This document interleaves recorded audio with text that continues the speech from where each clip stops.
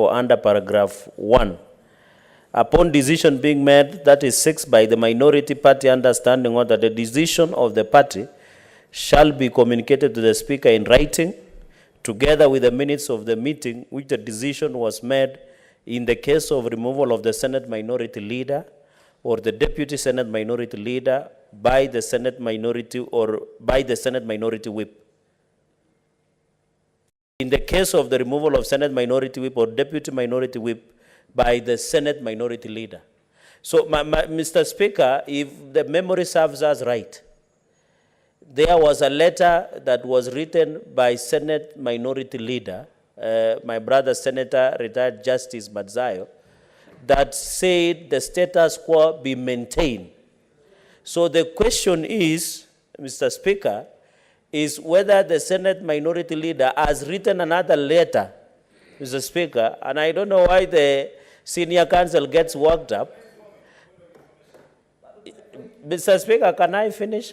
Because I have listened to, Mr. Speaker, in conclusion. What is your point of order? He's on a point of order. So then can I wrap it up? So kindly proceed. Do you want to be informed? No.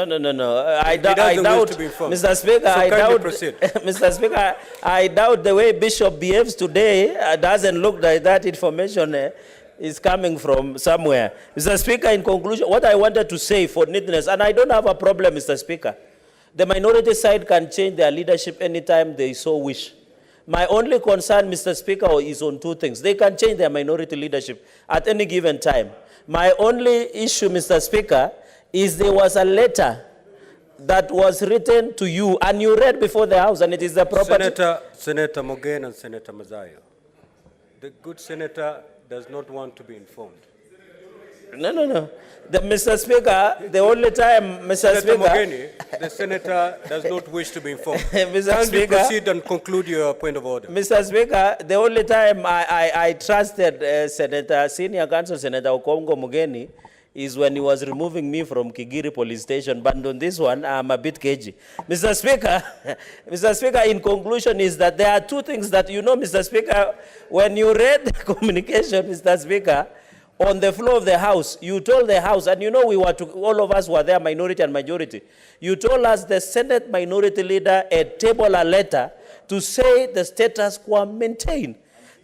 Standing Order number 23 says it is in writing and it should be informed. So, Mr. Speaker, in neatness, in conclusion, Mr. Speaker, in conclusion, the minority leader, and in fact they can request for a short recess to obtain the court order.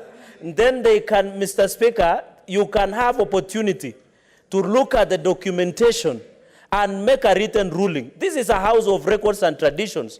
We cannot tell you to rule on issues of rumors or where we see in social media or where somebody was in the tribunal. Can they get the hard copies, Mr. Speaker, so that we can move? And that is why I don't have a problem, Senate Minority Leader, through the Speaker, if they want to change their leadership. But what I'm saying, let us follow the law, Mr. Speaker, and the Constitution in conclusion, Mr. Speaker.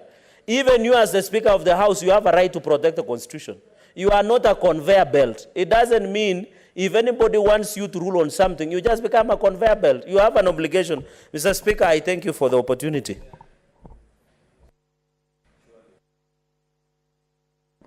Senator Mogeni.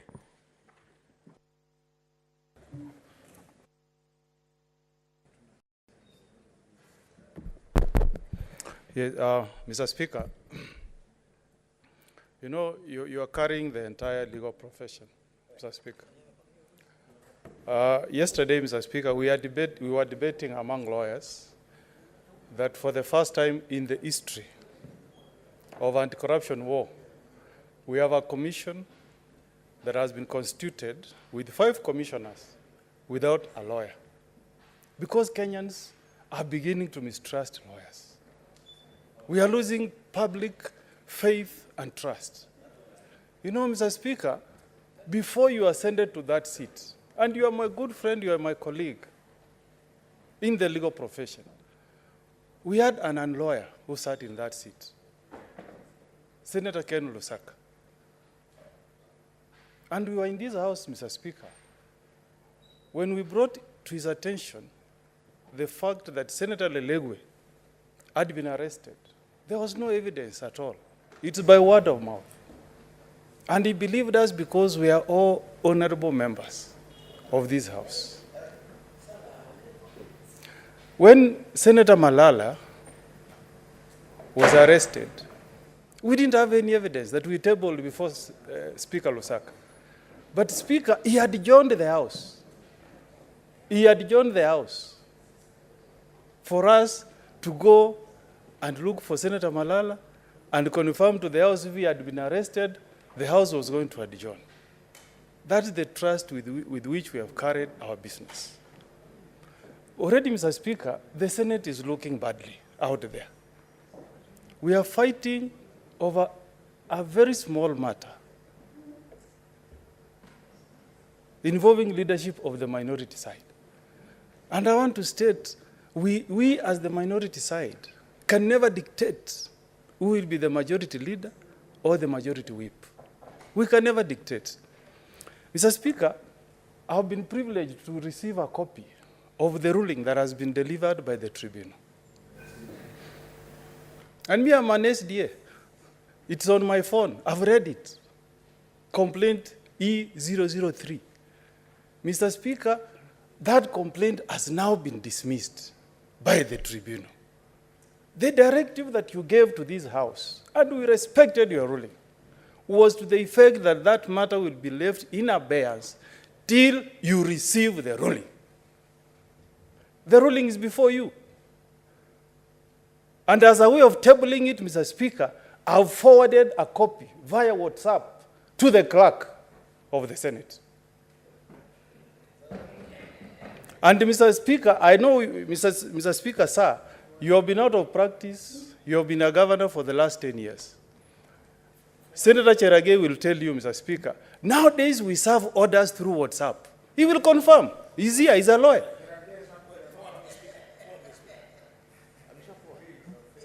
I mean, so really, we have that title, honorable members. If the issue was the Speaker to be served with the ruling of the tribunal, that has already been done. Let's not play games with a very small matter. There are so many issues that we need to come together and discuss as senators. You have the Constitutional Amendment Bill that touches on our welfare as senators. That's what we should be debating here, Mr. Speaker. We have serious issues touching on devolution that we should be debating. On this one, Mr. Speaker, I want you to reflect on the prayer that we said this afternoon before we commenced business. We started by saying, Almighty God, beseech us to behold. We can recite it, Mr. Speaker. Yeah. Mr. Speaker, I beseech you, let's have a moment and reflect. We also, Mr. Speaker, as our colleague, we want to be proud of you as our Speaker. We don't want people to start bashing lawyers. I'm a lawyer, a very proud one. I'm proud of my legal profession, Mr. Speaker. And I want you to uphold the integrity of the legal profession. Let us agree, Mr. Speaker, that now that this ruling is before you, Mr. Speaker, do the right thing, this hour, this moment. So that when you retreat, Mr. Speaker, tonight, in your memos, you will write that on this particular day, you did the right thing, Mr. Speaker. And you are an independent office holder, Mr. Speaker. You should not listen to any voices, Mr. Speaker. So, Mr. Speaker, as I sit down with a heavy heart. I want to get you correctly, because yes, you're doing very well so far. Are you saying that if I make the communication today, that is the only right thing I'll have done for the time I've sat here as the chair? It can never, that your submission? It can never be, Mr. Speaker. But on this one, Mr. Speaker, because it's pulling us back, it's holding us back, Mr. Speaker. And that's why I began by saying that I'm speaking as your colleague, Mr. Speaker. Do the right thing. Majority Leader, Senator Cheruiyot, there are serious issues that can, so that we make progress, Mr. Speaker, you can even I'm not directing you, Mr. Speaker. You have many options. You can even step down from the chair, write the communication, come and make it, and we make progress, Mr. Speaker. Otherwise, Mr. Speaker, we are going to look so bad out there, Mr. Speaker, as a Senate, and that is not in the best interest of this House. I beseech you, Mr. Senator Speaker. Mogeni, do you want to be informed? Who is informing me? Senator Fak. Oh, that's my colleague, a lawyer. I welcome his information. And next time, Senator Cheragei, you are locked up, I will not come to remove you. Now that you are... Thank you, Mr. Speaker. I wanted to inform the House and Senator Mogeni that the Senate was the subject of an editorial this morning by the Nation newspapers. So if you think that, some of us think that this matter is trivial, look at the editorial of the Nation newspapers today. Thank you. Daily Nation.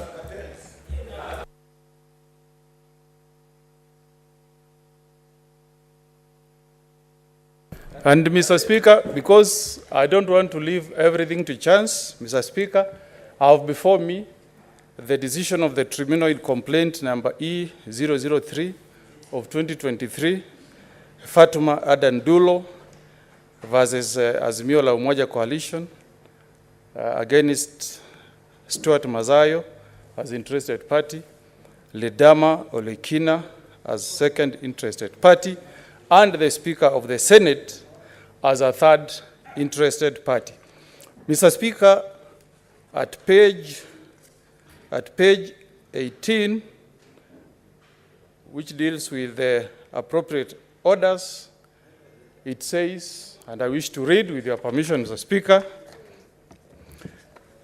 that having found that the tribunal lacks jurisdiction, it follows that delving into the question of the second complainant's representation will be an exercise in futility. That leaves no option but to down our tools and have the complaint struck off. So, Mr. Speaker, as you speak, the complaint that was the subject of the injunction that was served upon your office has now been dismissed and vacated. This order is certified as a true copy of the original by the political parties dispute tribunal. Mr. Speaker, I beg to table before the House a copy of the said ruling, and I so do. What is your point of order? Mr. Speaker, I should conclude, then you can contribute. Senator Mogeni, kindly proceed to conclude. Yes. So, Mr. Speaker, now that you have already given your ruling, that once you are served with that order, you will proceed expeditiously and make your communication. We have done what was required of us. Senator Cheragei said the burden was on our side. We have discharged that burden. Mr. Speaker, now the burden shifts to your office, and we beseech you now to also discharge your burden and bring to an end this matter so that we can conduct the business of the Senate. Thank you, Mr. Speaker. Senator Aaron. You know, Mr. Speaker, like I've always said in this matter, I don't have a dog in this fight. And I'm least interested in the decisions of the minority side. I have told you that I only have one simple request to you, that you protect and safeguard the time of this House. It cannot be that every afternoon we gather here, we spend 30 minutes to an hour arguing over a very simple matter, Mr. Speaker. That's my only request. Mr. Speaker, what the minority, I like the direction that Senator Mogeni is taking, but what the minority leader was inviting you to do earlier, that was akin to turning this House into a circus. How can you as a Speaker rule on the basis that there is a communication that has been issued somewhere, and you have said clearly that you have not heard of it, you have not seen it, and therefore you ask them that the minute they bring it to your attention, you will do the needful. Mr. Speaker, since then Senator Mogeni has gone ahead and produced and given you the purported orders. I am sure, Mr. Speaker, there is a process through which you will conclude this matter in a very fair and simple matter. Otherwise, Mr. Speaker, Do you want to tell me that every now and then I can just purport you or ambush you? Senator Sifuna, you've been doing very well. But you're getting You will have your overexcited. time. He will have his time. Senator Sifuna, kindly let Senator Aaron be heard in silence. Yeah. So, Mr. Speaker, if it has been presented to you, and Senator Mogeni, Senator Madzayo, you have been in this house long enough. Please quote for me an instance where anybody has come and tabled anything before the Speaker and has told the Speaker, please go ahead and read it as is. Honestly. Even if it is a ruling and he's supposed to make this afternoon, surely there's something that he sits down, types, and gives out a communication. So what do you want him to rule about? Mr. Speaker, please safeguard the time of this house. Senator, if you made a ruling. Order, senators.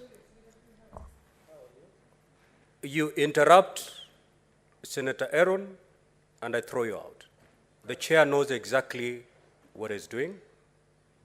I had made a ruling, and thank God Senator Mogeni, in obedience to that ruling, has tabled a ruling. Let's take it up from there. Yes. A shouting match won't take us anywhere. Whether he's going back or going forward, it is up to the chair to rule whether he's out of order or he's not out of order. Kindly, do you want to be informed by Senator By Enoch? who, Mr. Speaker? Senator Enoch. No, Senator Enoch of the Okay. previous Senate would have Proceed. informed me. But since he teamed up in Azimio, I don't like his thinking anymore. So He's proceed not to as clear conclude as he your used to be, thoughts. Mr. Speaker. Proceed. Anyway, finally, Mr. Speaker, my humble request, please issue a ruling and let the matter rest. There is a bad precedent that is being set in this house. And even on my side, I will never encourage it. The minute you issue a ruling, whether I agree with you or I do not agree with you, you are the final authority of the house. Once you've given a direction, I will live by it. In the past, now, and in the future, I give you my assurance, Mr. Speaker. That is a tradition of the house which I don't want you to violate, Mr. Speaker. Please stick by it. Senator Boni, what is your point of order? Thank you, Mr. Speaker. Mr. Speaker, I'm pleased. Mr. Speaker, I'm pleased to note that the Senator for Nyamira has tabled the ruling. And Mr. Speaker, on my point of order, I want to draw your attention to the traditions and practices and customs of this House. When a document is tabled, the Speaker takes time while on the chair, looks at the report while on the chair, and if the document is admissible, the Speaker then informs the House that it is admissible. Mr. Speaker, if indeed you have looked at it and it is admissible, then it will mean that we are now aware that a decision has been made. And if that is the case, Mr. Speaker, what is the big deal? Go ahead and make your ruling so that we can proceed with the business of this House, Mr. Speaker. Mr. Speaker, the only thing that I would request you include in your ruling on this very straightforward issue are the 2 points that were raised in further points of order when the matter was brought up. The first one was raised by the Senator of Makueni, who told you, Mr. Speaker, that the principle of sub judice applies as much to this House when a matter is active in court as it applies to the court when a matter is active here. You need to give that clarity so that no other senator will go into a misadventure of carrying a matter which is here and taking it to court.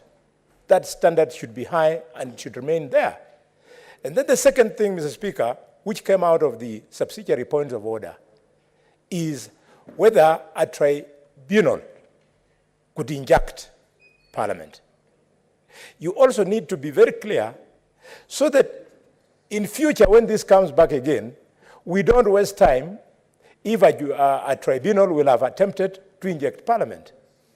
To me, if you answer these 2 points of order, there is nothing completely which you would lose, having confirmed that the document is authentic, if you rule now and business proceeds. Senator Cheptumo. Thank you, Mr. Speaker. Mr. Speaker, until the time Senator Omogeni tabled the order, I was at a loss, Mr. Speaker, whether we were debating your ruling, which you had given earlier. But, Mr. Speaker, because now an order has been presented to you, I have the following to say, Mr. Speaker. This is a house of record. It's a house of procedure. Mr. Speaker, I have been in this house all the time when this issue was being debated. And I never saw a time, Mr. Speaker, when you were not willing to give your communication on this matter. What was delaying, Mr. Speaker, your communication was the decision of the court, of the tribunal. Even today, Mr. Speaker, in the afternoon, when you were making your ruling, you still said you were willing, ready, and able to give communication. But you could not do so because it was agreed, even at that time, with the minority side, that we wait until the orders are given. Mr. Speaker, now that the order has been given, Mr. Speaker, I want to raise a fundamental issue here. What is the mode of service anticipated in law? Just a moment. I have the floor, Mr. Speaker. Mr. Speaker, you are an advocate of the High Court. And Mr. Speaker, once the order is served, procedurally, Mr. Speaker, it will now be your business to look at the order and issue your ruling. Mr. Speaker, the other side have spoken that we look bad before the public. It is true. But don't we also look bad, Mr. Speaker, if we also execute the orders you want to give us in a very haphazard manner? I think, Mr. Speaker, I said before in this house, this is the house of national leaders, irrespective of the party and the coalition to which we come from. Mr. Speaker, the much we want you to be fair in listening to the other side and us. Mr. Speaker, even the manner in which you make your ruling is equally important for the public. Mr. Speaker, I want to disagree with my senior Kalwale here, that you can go ahead now and give your ruling. Mr. Speaker, I submit that it is for you, Mr. Speaker, having received the order given to you by the Senator Omogeni, to verify now. Take your time. Mr. Speaker, tomorrow is another day. Tomorrow is another day. I'm submitting, you will make a decision as the chair of the House. Mr. Speaker, preserve again the image of this House, Mr. Speaker, by following the procedure and give us a ruling at your own time when you think you need to do it, because, Mr. Speaker, you have been stopped before. Now you have the head of the tribunal. Mr. Speaker, I submit that let us now move forward. Kindly wind up your thoughts. Mr. Speaker, I think I have finished. I just want to tell you, don't be coerced by any member to give a ruling today. Senator Chute.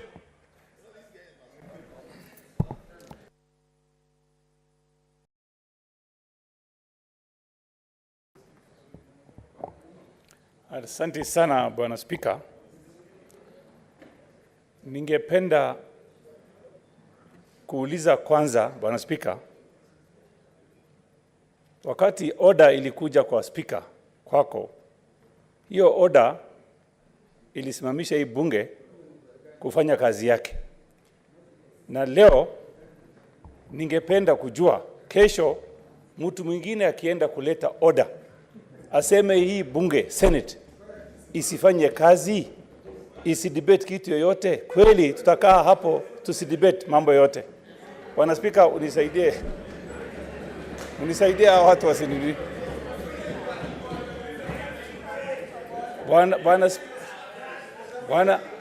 Bwana Spika, Honorable Minority Leader, Senator Sifuna again, and Senator Ledama. Kindly.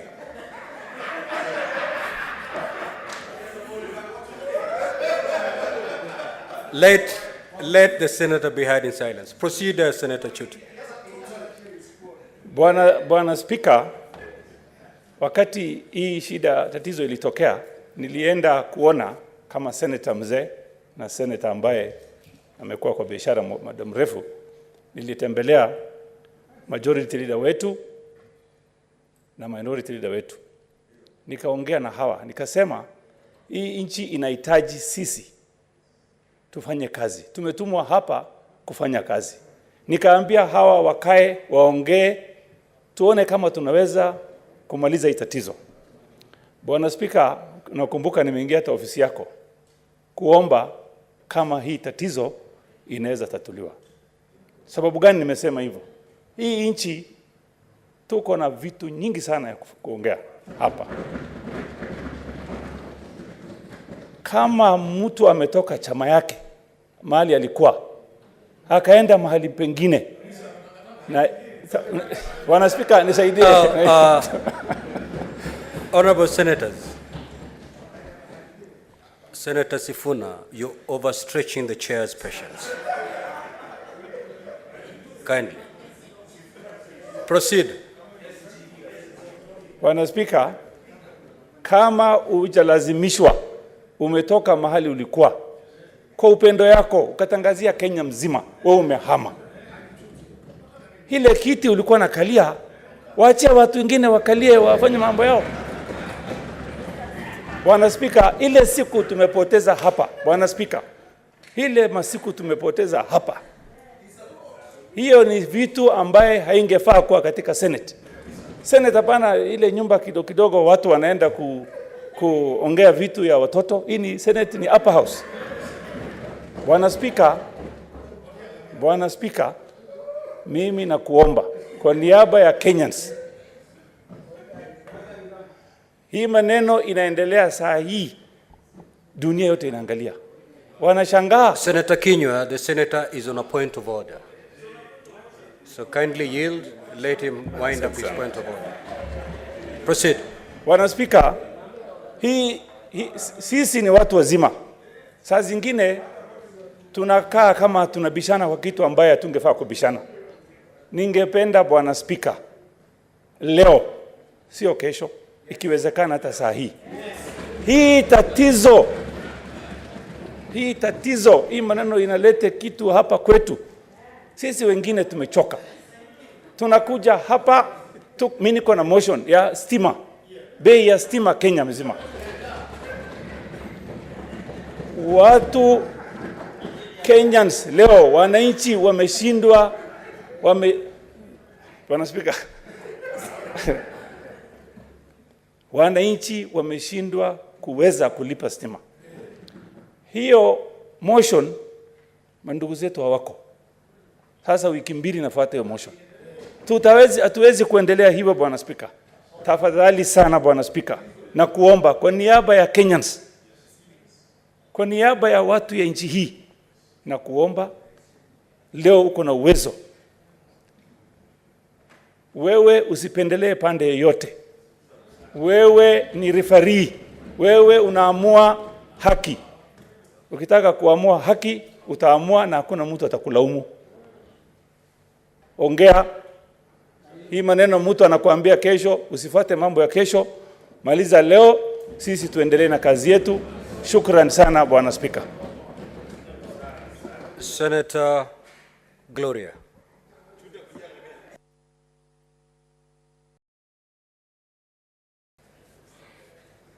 Thank you, Mr. Speaker. I am one of the senators who's so fatigued. Mr. Speaker, we are being pulled into ODM business. And I'm so fatigued. Week in, week out, I am coming to the House hoping we are going to discuss matters, bleeding matters, free sanitary towels. Every time I come here, Mr. Speaker, somehow we have been drawn in to ODM shenanigans, Mr. Speaker. Mr. Speaker, let me just say this and protect me, Mr. Speaker. Order, protect me. Senators, order. Protect me, Mr. Speaker. Order. Senator Oroba. Senator Gloria. Senator Gloria. This is an honorable house. I withdraw the word shenanigans. Proceed. I will proceed. It's withdrawn. Proceed. Week in, week out, week in, week out, we are subjected to matters that are party affairs, Mr. Speaker. And even, Mr. Speaker, let me just, because I know their electorates are watching, let me just put this out. Kenyans don't care who's the minority whip, who's the majority whip, they don't care. We don't care. When I come to the floor of the House, the only thing I care is that there's a speaker, that we have quorum so that we can debate free sanitary towels. Mr. Speaker, every other time we have come here, every time, 2 hours, 3 hours, 4 hours. I do not want to be informed, Senator Mr. Gloria. Speaker. I don't want to be informed. Senator Crystal wants to I do not want to be informed, Mr. Speaker. Can you wind up your thoughts? I don't want to be informed. Mr. Speaker, protect me so that I deliver my message quickly and swiftly, because I'm talking about time wastage, Mr. Speaker. Senator Gloria, so you know, the position of the minority leader, the position of the majority leader, and all other House leadership are extremely crucial for the better running of this House. This House cannot run without those positions. Accepted, Mr. Speaker. Mr. Speaker, accepted, and I am saying they are crucial to the extent that if they are paralyzing the business of the House, Mr. Speaker, they cease to be crucial. And Mr. Speaker, let me say this. While now we are discussing who is the minority leader or the majority leader of Azimio or ODM, Mr. Speaker, I want to ask you, Mr. Speaker, consider some of us who have no business with these positions. We have no business on who is going to sit. Today it is Senator Kajwang who's sitting there. Has that affected whether I am debating or I'm not debating? It has not, Mr. Speaker. So at the end of the day, Mr. Speaker, I'm just saying, these are the same senators who have been walking out of this House, ensuring that there's no quorum for 2 weeks. Voting, they've been walking out, ensuring and trying to paralyze the business of the House, yet they want the same House to now come and institutionalize whatever business is happening in their party. Mr. Speaker, it is very simple. Whether it is Azimio, whether it is ODM, whether it is whatever, for us when you come to the Senate, Mr. Speaker, all we ask for is that we debate issues that actually affect Kenyans out there. Mr. Speaker, I beg you and I urge you, for 4.5 weeks almost, I have been waiting for my motion to be debated. And Mr. Speaker, while I wait... Senator Crystal, I don't Speaker want to Gloria be informed. has indicated that honestly, I do not want to be informed. She has enough information. I have enough information, Mr. Speaker. I have enough information about the matter. I have enough information about what is going on. I have been very absent in this House every day in and out, and I am very much informed. Mr. Speaker, this is my position, and I would like to say so that Kenyans can understand. These same senators sitting across here from Azimio have literally for 3 weeks paralyzed and absconded coming to the House. So they cannot then come, Mr. Speaker, and start saying, we have tabled this, do that, on what moral authority do they have, Mr. Speaker? Kindly. Let me conclude, Can Mr. you wind Speaker. up, Let me wind up. I want to say this.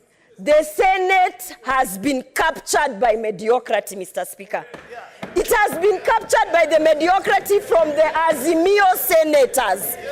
And Mr. Speaker, the same way the president has liberated both Mount Kenya and Rift Valley from this mediocrity, we are begging, Mr. Speaker, that we are liberated from this mediocrity. It's 2023. It is not Maendeleo in the Senate, Mr. Speaker. It is not Maendeleo. Kindly save us from Gloria. this. I am done with my submissions. Thank you. Have your seat. I have been struggling for the last 5 minutes to capture your point of order. All I've had is a lecture, and I've not seen any point of order. Senator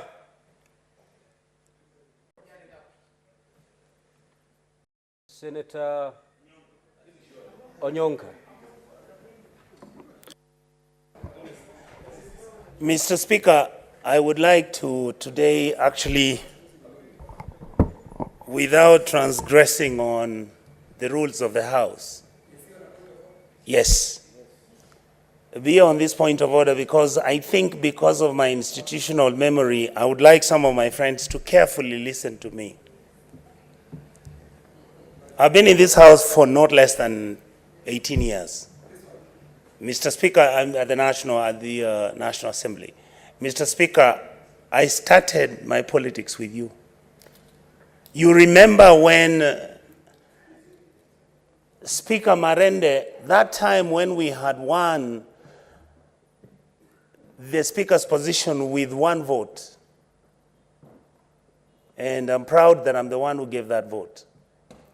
There were certain wonderful, incredible decisions that Marende made. And some of the very bad decisions he made, Mr. Speaker, they include one of the fact that we in the opposition were busy clapping and clamoring on how we are happy.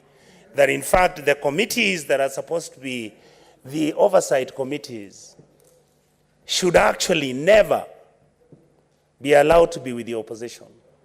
How we wish that that ruling had given us that, so that by today you would find all the oversight committees being held by the minority to check and to oversight the majority. Number 2, Mr. Speaker, without being personal about this, and I totally understand because sometimes experience and time enables somebody who's in this House to even say some things which surprise many. We are not handling shenanigans in making the argument about why it was necessary or not necessary for this matter to go to the tribunal. The logic, and Mr. Speaker, the tribunal has been incredulous. They have said they have no jurisdiction over this matter. I would like to explain to my leaders in this House that this matter was so substantive, it was so critical, because what it meant is that somebody out there who's having a matter can come and stop us to debate and discuss that matter in this House if this ruling had been accepted. That is so fundamental for the maintenance and sustenance of this Senate. Mr. Speaker, the second issue I would like to tell my colleagues in this House, we may be the people who are going to fight and make noise at each other, but I would love, Mr. Speaker, that we hold our disagreements with decorum and sincerity and respect, so that when everything else fails, we can be the people who can be the line of defense, the last line of defense for our country. This country is polarized. Our country needs deep thinkers. Our country needs philosophers to help us maneuver where we are right now. And therefore, Mr. Speaker, I would want to reiterate what Honorable Chute has said. It is not trivial. This matter has been rested now, and I would like to plead with my colleagues, can we please carry ourselves with dignity, respect each other, and be able to listen to each other? Because if the National Assembly blows up and the executive blows up, I would pray that many of you members in this house who are in the Senate, you are, according to me, and nothing changes, you are actually the upper house. Please protect our country in this house. Let us not trivialize our disagreements. Let's be a little bit philosophical, and let us be much more deeper in the way we look at the challenges we have for our country. Thank you, Mr. Speaker. Senator Wafula. Asante sana Mheshimiwa Spika. Ninapoona wenzangu wa mrengo wa Azimio kwa wiki 3-4 hivi wakija wanasujudu na kutoka, wakifuata yale ambayo wanaamini ni yao, inanikumbusha falsafa ya fisi, Mheshimiwa Spika,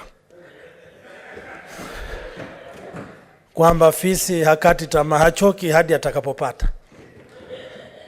Na naona wametulia kwa sababu wakikutazama uso wako wanajua wamepata kile wanachotaka. Lakini marehemu Amalo kijana alisema,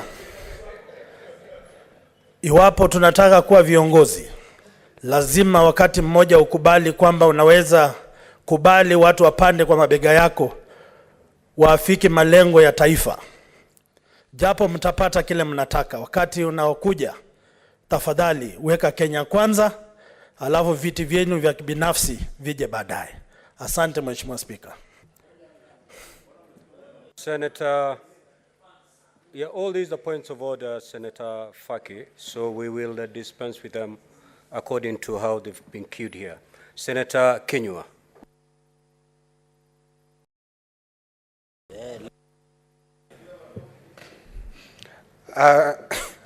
Bwana Spika, ninasumbuka kwa sababu tayari wewe ulikuwa umefanya uamuzi kwa jambo hili. Jambo ambalo mswada ama karatasi iliyoletwa hapa na ndugu yangu mwanasheria Senator Omogeni, Bwana Spika, hayo ndio mambo ambayo anakuambia ufanye uamuzi. Bwana Spika, wewe mwenyewe unajua ni wakati gani utafanya uamuzi, ni mambo magani utaangalia uweze kufanya uamuzi. Bwana Spika, hakuna mtu yoyote katika jumba hili anaweza kukushurutisha, kukuamrisha ama kukuambia chochote, kwa sababu wewe ndio una uwezo na una ujuzi wa kufanya ile kazi, Bwana Spika. Na kwa sababu Bwana Spika, tayari ulikuwa umefanya uamuzi na umeletewa barua ambayo wewe haujui imetoka wapi, lakini imesemekana tayari imeletwa siku ya leo, Bwana Spika. Kwa hivyo Bwana Spika, wewe unapaswa kufanya uamuzi bila kuamrisha na mtu yote. Lakini Bwana Spika, mimi kwangu nimekaa hapa, ninaona kana kwamba vile ambavyo Spika unaviongoza hii nyumba, kidogo mimi nina tashwishwi. Kwa sababu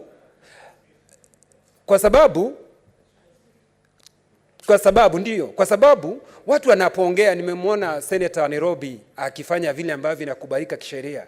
Nikaona leo Senator wa kutoka Narok amekuwa mtulivu, Bwana Spika.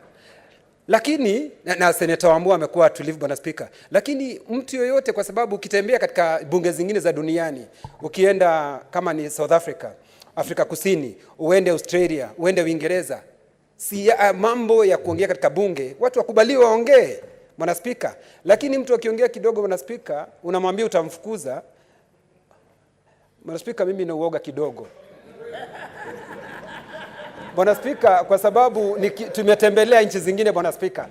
Tumetembelea nchi zingine na tukaona vile ambavyo wanajadili. Kwanza nchi zile ambazo sisi wenyewe tumeziga, Bwana Spika. Na tunapojadili, Bwana Spika, tunakubaliwa mtu hata wakati mwingine kwa sababu ya ile jadhiba inakupanda, unapaswa kusema jambo ambalo unapaswa kusema. Lakini Bwana Spika, ikiwa utakuwa ni wa kutuogofya, kutustua, Bwana Spika, mijadala yetu itakuwa inachechemea, kwa sababu ukiangalia, Bwana Spika. Lakini Bwana Spika, ninakuomba wewe mwenyewe uamuzi ule ulikuwa umetoa, usimame na huo uamuzi, kwa sababu tumekaa wiki 3, Bwana Spika, bila hawa ndugu zangu wa upinzani. Hata wiki ya 4, Bwana Spika, ni sawa. Hata ya 5, Bwana Spika, ni sawa. Lakini wangoje wewe ufanye uamuzi wakati utakapotaka, kulingana na kanuni zetu za bunge hii. Bwana Spika, nashukuru. Senator Mwinyi. Asante Mheshimiwa Spika kwa kunipa fursa hii.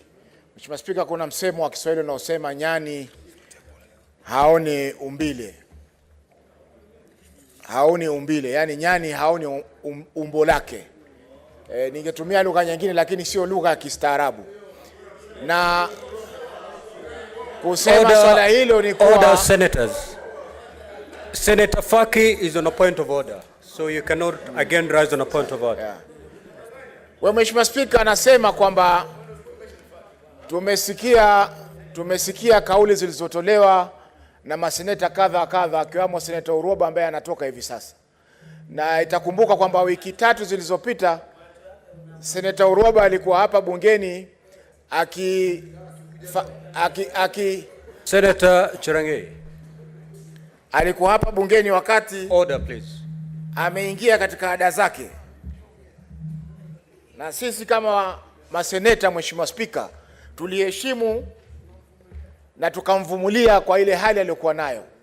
Leo ni masikitiko Mheshimiwa Spika kwamba Seneta Uroba anaweza kusimama katika bunge hili akakemea haki ya maseneta wa upinzani kudai haki zao. Mheshimiwa Spika, mambo yamezungumzwa mengi Mheshimiwa Spika, na nimesikia pia kiongozi wa wengi akisema kwamba tunaharibu wakati wa bunge hili. Lakini Mheshimiwa Spika, haki ni haki. Haiwezekani kwamba haki zetu sisi zikataliwe katika bunge ambalo tumechaguliwa kuwakilisha watu wetu. Ikiwa sisi kama maseneta haki zetu zinakataliwa, je, wale ambao tunawakilisha itakuwa namna gani? Mheshimiwa Spika, ruling imeletwa mbele yako, na sasa nataka kukabidhi order ambayo imetolewa kuambatana na ruling hili ya court. Mheshimiwa Spika, niruhusu Mheshimiwa Spika.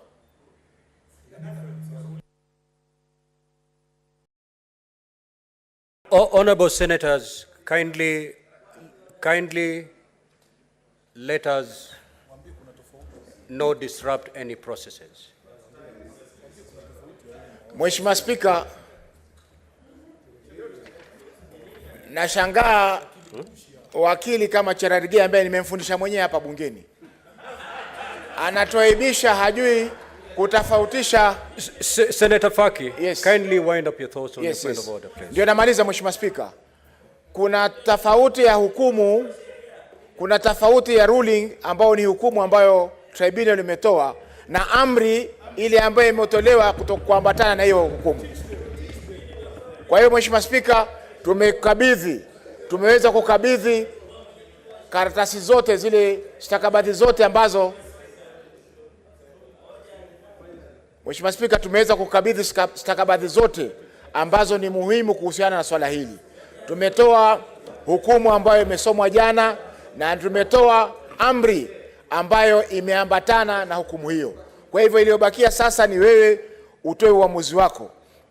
Na singependa, kwa sababu kuna ndugu zetu wengine wametoka Mandera, Mheshimiwa Chute, wanakuja kufanya kazi hapa. Kwa hivyo tunaomba Mheshimiwa Spika uamuzi ukamilike. Senator Cherangei, you're out of order and I'm cautioning you. You proceed, you see the door. Mheshimiwa Spika, namaliza. Tungeomba kwamba swala hili tuweze kulimaliza haraka ili tuone kwamba tunarejelea shughuli zetu za kawaida kama bunge la Seneti ya Jamhuri ya Kenya. Asante sana Mheshimiwa Spika. Nyutu.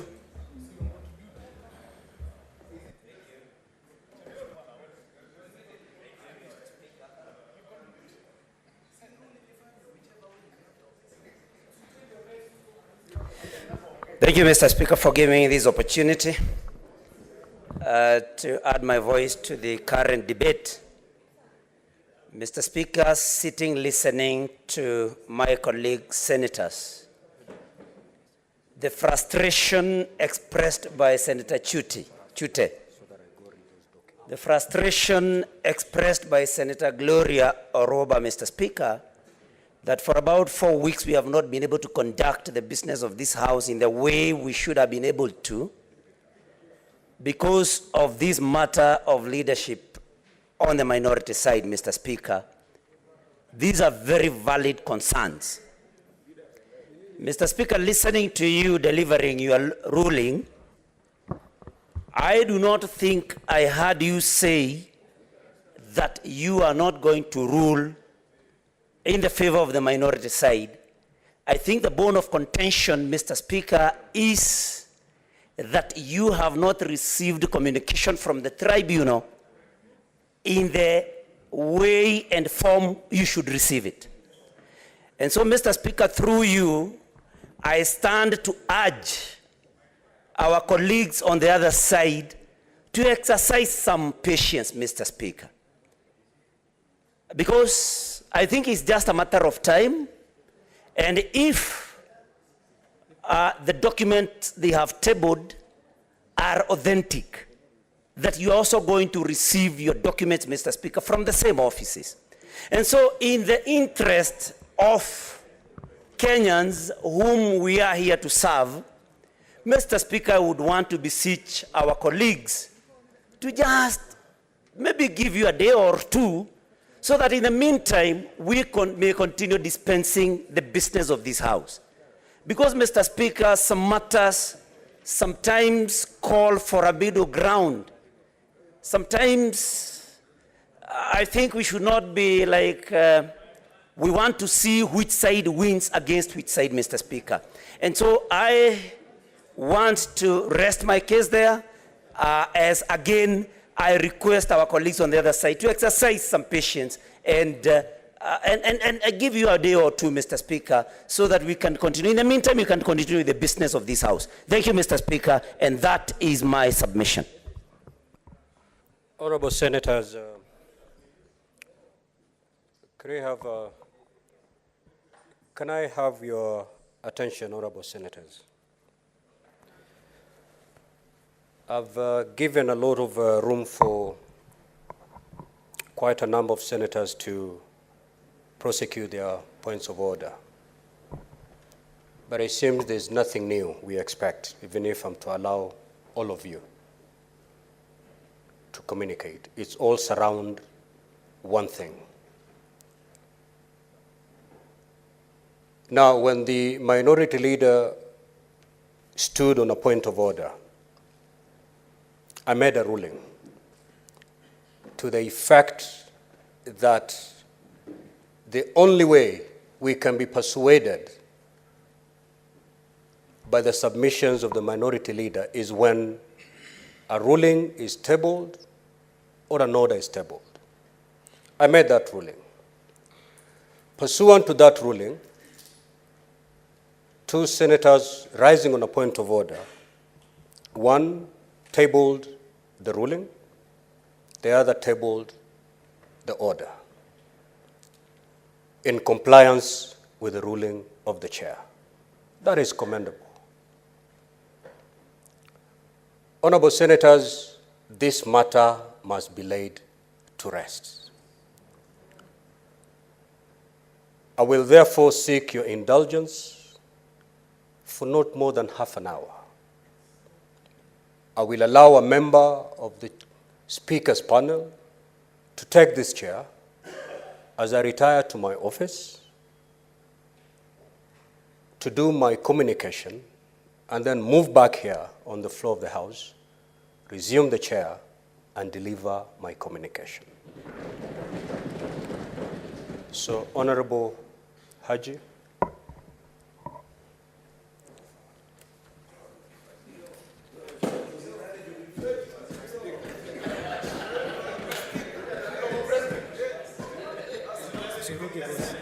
Usirudi.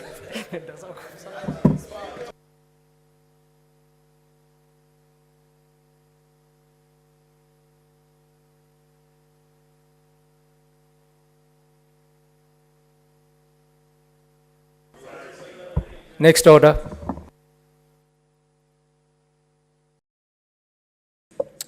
Order number 6, notices of motion. It's deferred, isn't it?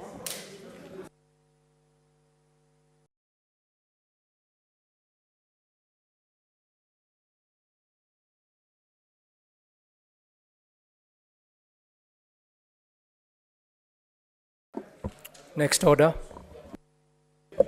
Order number 7, statements.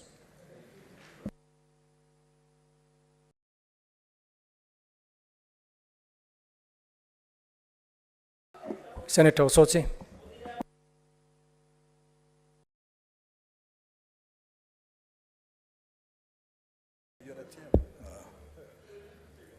Mr. Speaker, I wish to make a statement on the issue of general topical concern, and this is on the demise of Mr. Francis Wangusi, MBS, the former Director General of the Kenya Communication Authority of Kenya.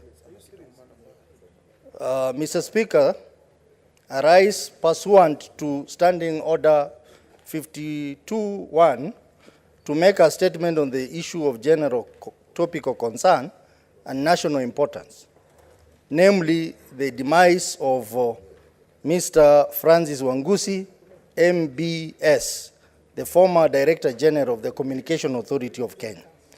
Mr. Speaker, sir, it is with deep sadness that I rise to mourn the death of Mr. Wangusi on the 7th of May 2023 in Nairobi Hospital.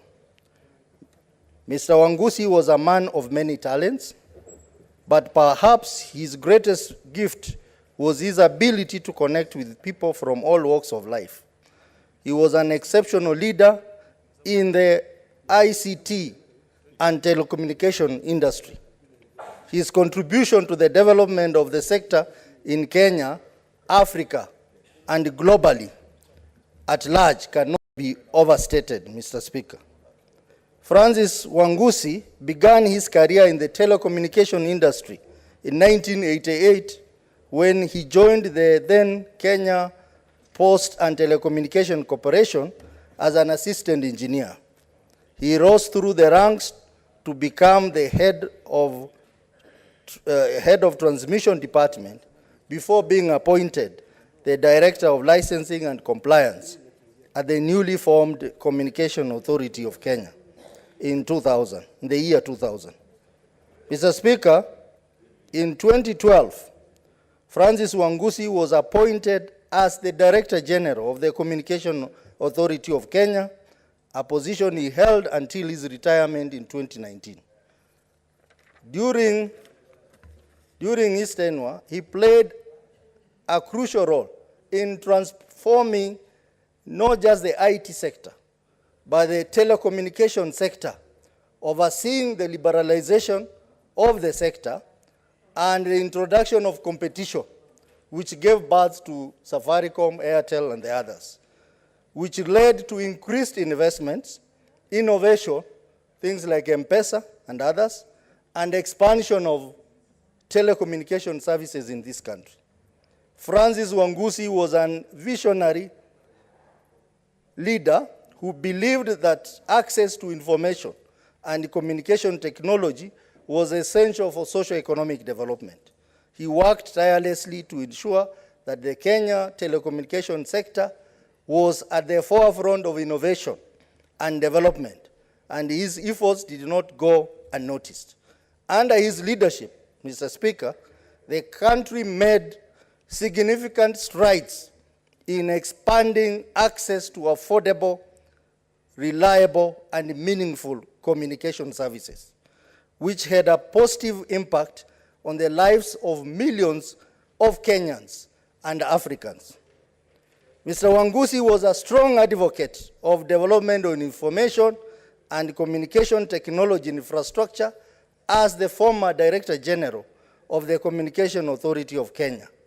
Francis played a vital role in the transition from analog to digital television broadcasting, making Kenya one of the first African countries to embrace this new frontier and opening up the broadcast industry in profound ways.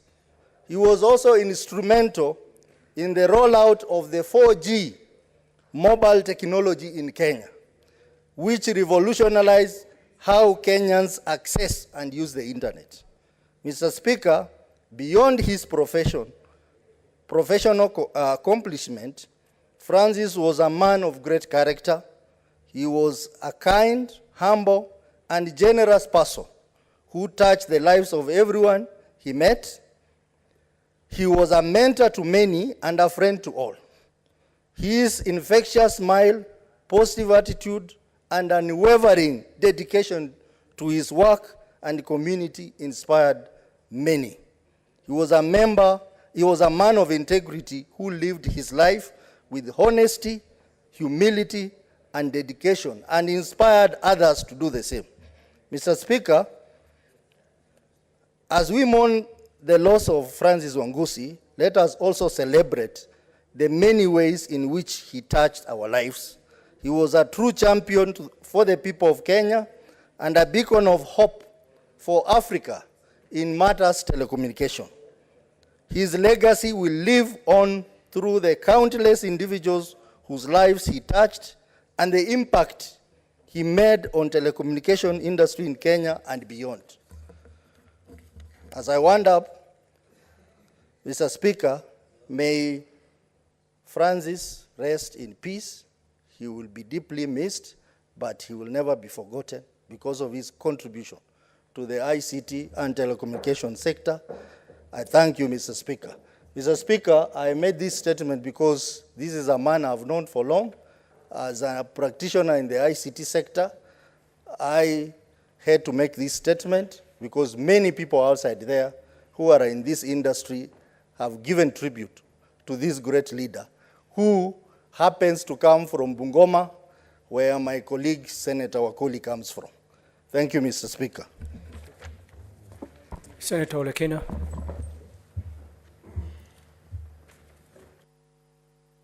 Thank you, Mr. Speaker.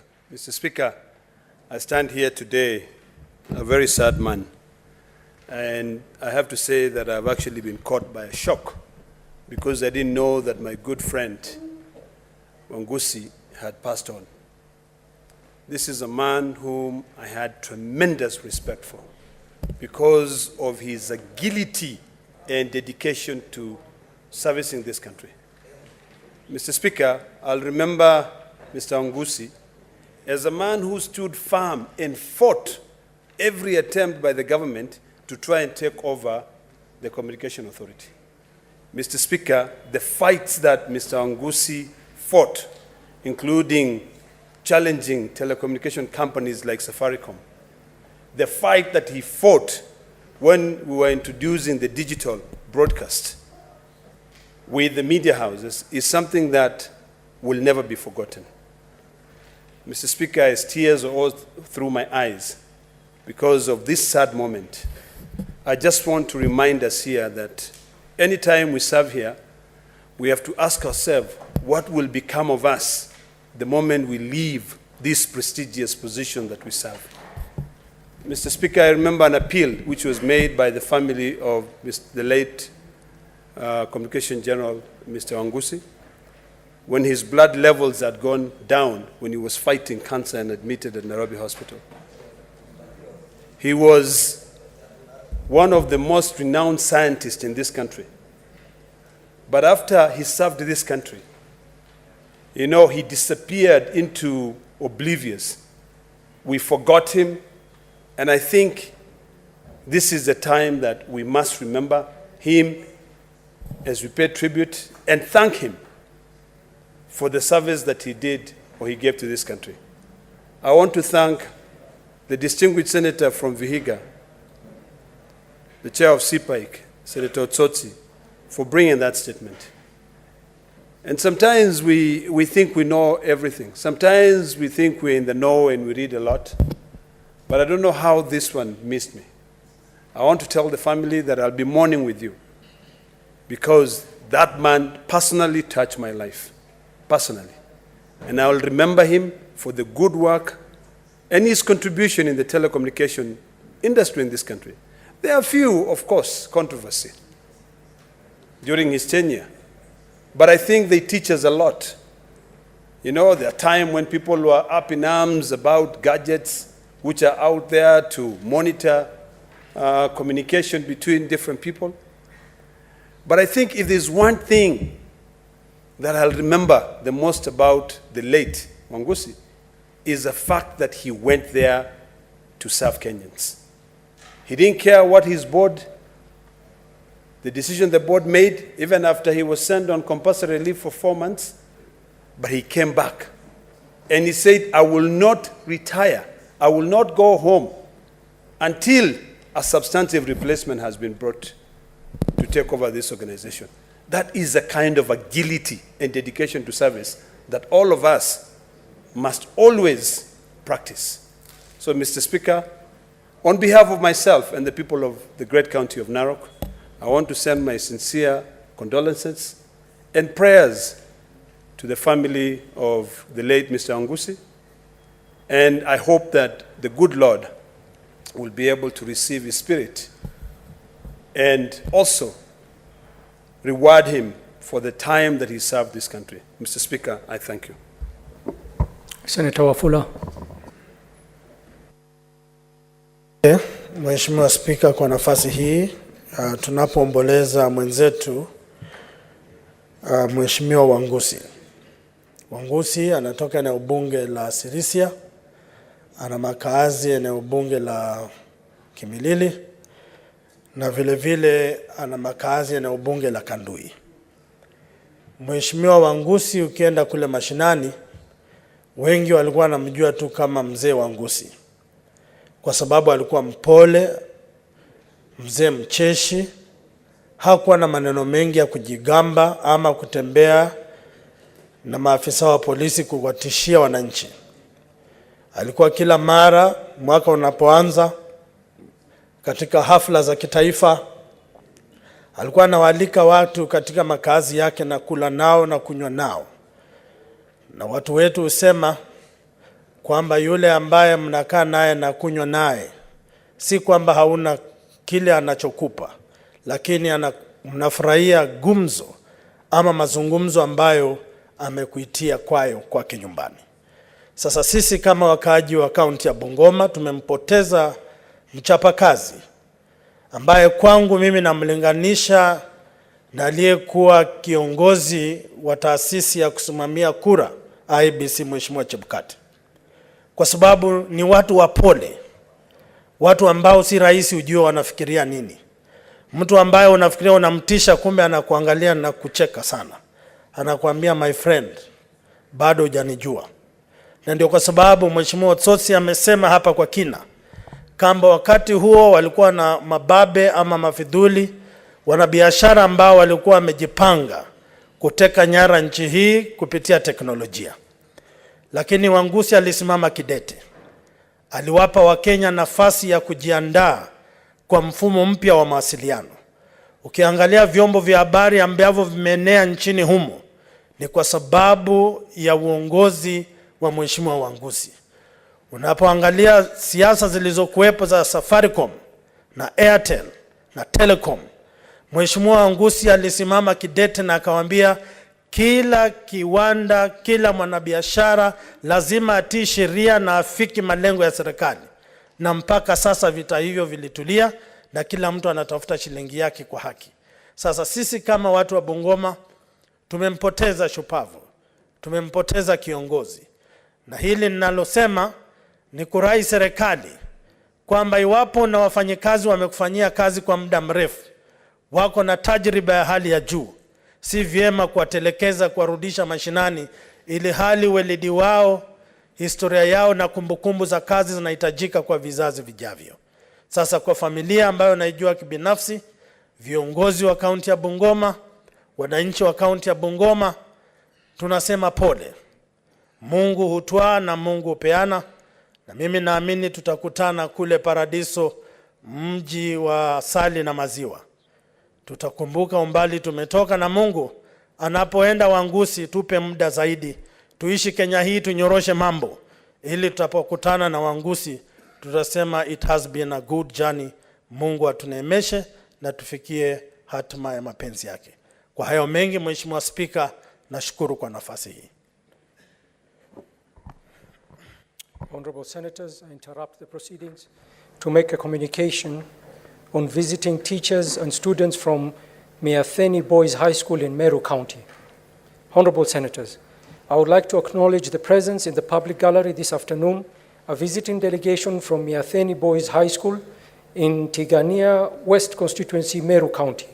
The delegation comprises 6 teachers and 117 students who are in the Senate for a one-day study visit. Honorable Senators, in our usual tradition of receiving and welcoming visitors to Parliament, I extend a warm welcome to them, and on behalf of the Senate and on my own behalf, wish them a fruitful visit. Thank you.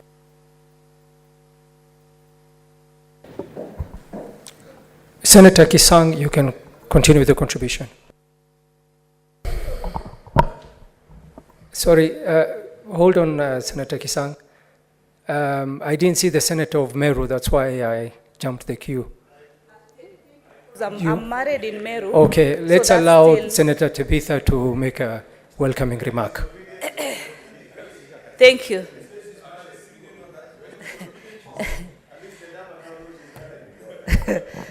Thank you so much, Mr. Speaker. I want to take this opportunity to welcome the students from Meru County, because Meru is also my home. That's where I'm married. I'm happy to see the good students that are here. Feel welcomed. This house is called the Upper House, that is the Senate. As you sit here, we are the senators. Your senator, your elected senator is called Senator Kathuri, Murungi Kathuri. He is the deputy speaker also of the Senate. We also have members of parliament who actually sit on the other side. And as I said yesterday to the students of Nairobi, because I'm nominated under Nairobi, I come from Ukambani and I'm just the face of, Kenya. Now, always what I like to share with you as you go back, we have 2 books that actually guide us. We have the standing orders. These are the in-house rules. The same way in school, you have rules and the regulations, the type of uniform that you're supposed to wear. We also have the Constitution. In Swahili, it's called Katiba. That is what governs us. That is where the rules and the laws are. We also have the head of the house, who's the speaker, the way you have the head teacher, who's your boss in that institution. So mine is to tell you to keep working hard, pull up your socks completely. You can also be in this house at any one time in future. Listen to your teachers, listen to your parents, and do your best, shine. God bless you. Thank you, Mr. Speaker. Most welcome. Senator Kisang, please. Thank you, Honorable Speaker. Sorry, Kisang. What is your point order, Senator of Homa Bay?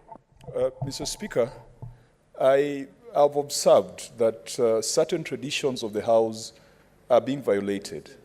It is our tradition to welcome visitors, and the visitors sit in the gallery as directed by the Speaker. But when members are contributing and welcoming the visitors, we tend to speak directly to them. The tradition of Parliament is that we address the chair, and any advice should be through the chair. And if we want to provide advice directly to the visitors, we can always retreat with them to the restaurant or outside. That is the correct tradition of Parliament, and I think if we don't discuss it, Mr. Speaker, then it shall become common practice. It happens in all other parliaments that we go to, that you do not speak directly to person sitting at the gallery. I thought that that was important to sanitize proceedings of this House. Thank you very much, Senator Kajwang. I guess all senators stand guided. Senator Kisang. Thank you, Honorable Speaker. Also, I want to extend a warm welcome to the students from Meru on behalf of the Senator from Meru, Honorable Kathuri. We are together in National Assembly for 10 years and is our Deputy Speaker. Welcome and enjoy your stay here in Punge, in Parliament. And as you study, it is also important to tell you that, to reach this level, what is very important is discipline. So get disciplined, work hard in your studies, and you might find yourselves here in the future. Honorable Speaker, secondly, I want to take this opportunity on my own behalf, on behalf of Elgeyo-Marakwet County and the people of Kenya, to send my condolences to the family of Francis Wanguzi, who was the Director General for CA, Communication Authority of Kenya, for over 10 years. 9 years, actually. I knew Wanguzi as a close friend. We worked together for 10 years when I was in National Assembly as a member of ICT Committee and also as a chair of ICT Committee from 2017 to 2021 before we were fired. Honorable Speaker, Wanguzi was a very smart scientist, and he was employed as a trainee in the former Kenya Post and Telecommunication Commission and rose from the ranks up to the Director General level, and he saw the sector moving from 1G, 2G, 3G, up to the current level where we are now talking about 5G, Honorable Speaker. Honorable Speaker, Wanguzi was quiet, he was humble, he was not corrupt. He actually, by the time he retired at the age of 60, he was still living in a corporation house. In fact, I saw there was an issue where Communication Authority almost forced him out of the house, but thank God, I think he went to God, and then he stayed in the house close to 6 months before he moved to his own house in Bogani Road in Karen. Honorable Speaker, Wanguzi did a lot for this country. It's only that it's unfortunate sometimes those who work hard and they are not corrupt, they are not rewarded in the society.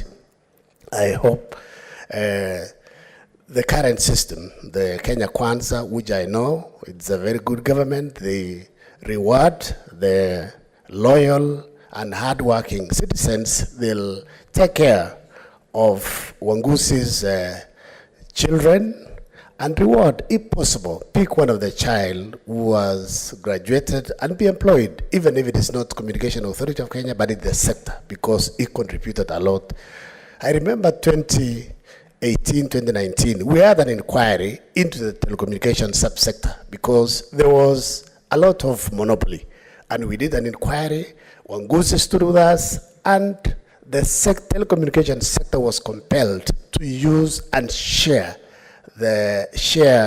towers. That is why you saw the cost of communication came down, especially in 7 regions of our country where network was still very poor in the counties of Ishola and the northern counties of Kenya, including Turkana. And the 4 major telecommunication operators were forced to share towers. Our people can be rich. Honorable Speaker, may the Almighty Lord rest Wanguzi's soul in eternal peace, give the family peace, strength, and acceptance during this difficult time. Thank you, Honorable Speaker. Thank you, Senator. Senator Nyamu, your statement. Okay, if there's no statement. What's your point of order? Mr. Speaker, I'm looking at the order paper for today, and on order number 7, it says statements as listed in the appendix. But there's no appendix to the order paper that lists the statements, at least the one that I'm looking at electronically. And that's important, Mr. Speaker, so that it allows members to anticipate the business that will be before the House, and where you have an interest, you can prepare yourself to make a contribution. Mr. Speaker, would it be in order for the House to be guided on where that appendix is? And if it is not there, then perhaps we should not proceed with the statements, Mr. Speaker. Senator Kajwang, the appendix is on page 143 on the order paper. Page 143, number 3, statements.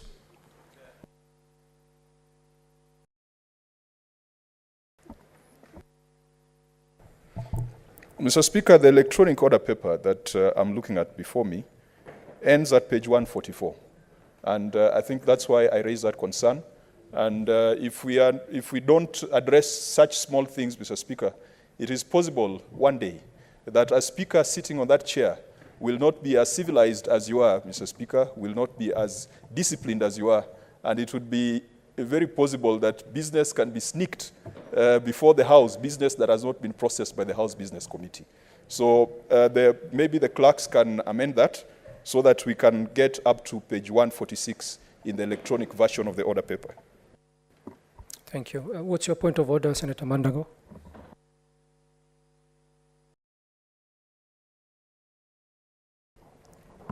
Conduct of Senator Karen Nyamu, who approaches the seat of the chair without bowing. Mr. Speaker, I think it is becoming increasingly dangerous that the traditions of the House are being violated. And this has an impact on the image of the Senate. Mr. Speaker, I think it is imperative that all senators stick to the standing orders and to the rules of the House, Mr. Speaker. Thank you, Senator, for bringing that to my attention. I think we'll move to the next statement by Senator Chair, Roads and Transport.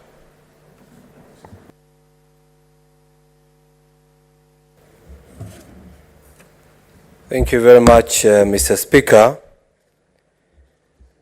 I rise to give a statement pursuant to Standing Order 56-1A that provides that a chairperson of a committee may make a statement relating to legislative business before the committee.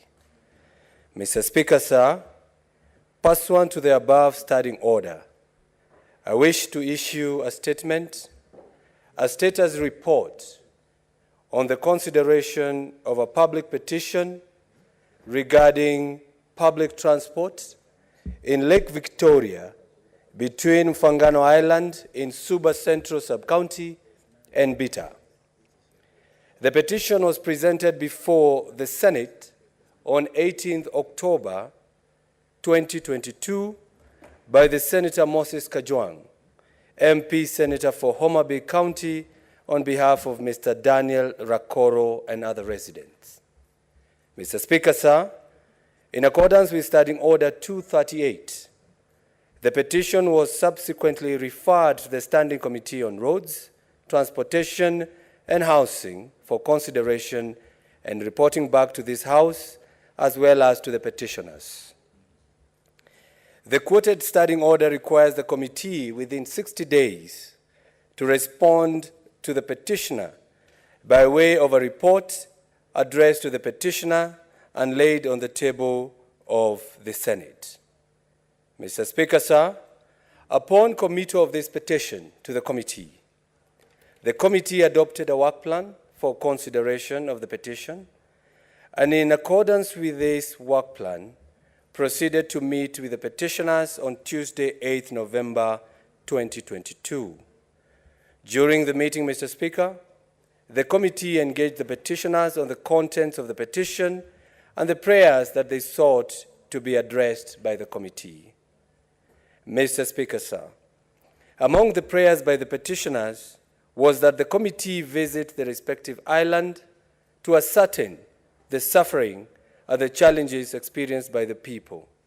In this respect, the committee scheduled a visit to Homa Bay County from 9th and 10th March 2023. However, Mr. Speaker, the area senator, Senator Moses Kajwang, who is also a member of the committee, requested for a postponement of the visit to 17th and 18th of March 2023. The committee considered the request and granted it. The committee was then prepared to visit the county in a bid to conclude its consideration of the petition and table its report before this House. However, on the 14th March 2023, the committee was requested to postpone the scheduled visit to Homa Bay County. Mr. Speaker, sir, the reason given for this postponement were that on the date of the scheduled visit, there were reports of planned political demonstrations and protests expected in the county of Homa Bay. Subsequently, due to the uncertainty of the alleged planned demonstrations and protests in the area, the committee was forced to indefinitely postpone the visit.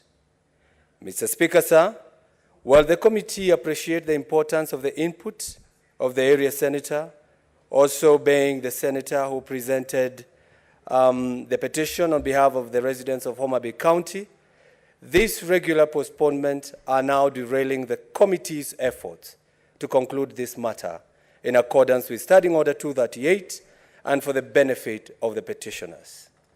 Mr. Speaker, sir, despite the uncertainties surrounding the planned visit to Homa Bay County, I wish to report that the Standing Committee on Roads, Transportation and Housing remains committed to concluding its consideration of this petition and will proceed to table its report before the Senate. I thank you, Mr. Speaker. Senator Kajwang, what is your point of order? Mr. Speaker, I appreciate the statement by the chair.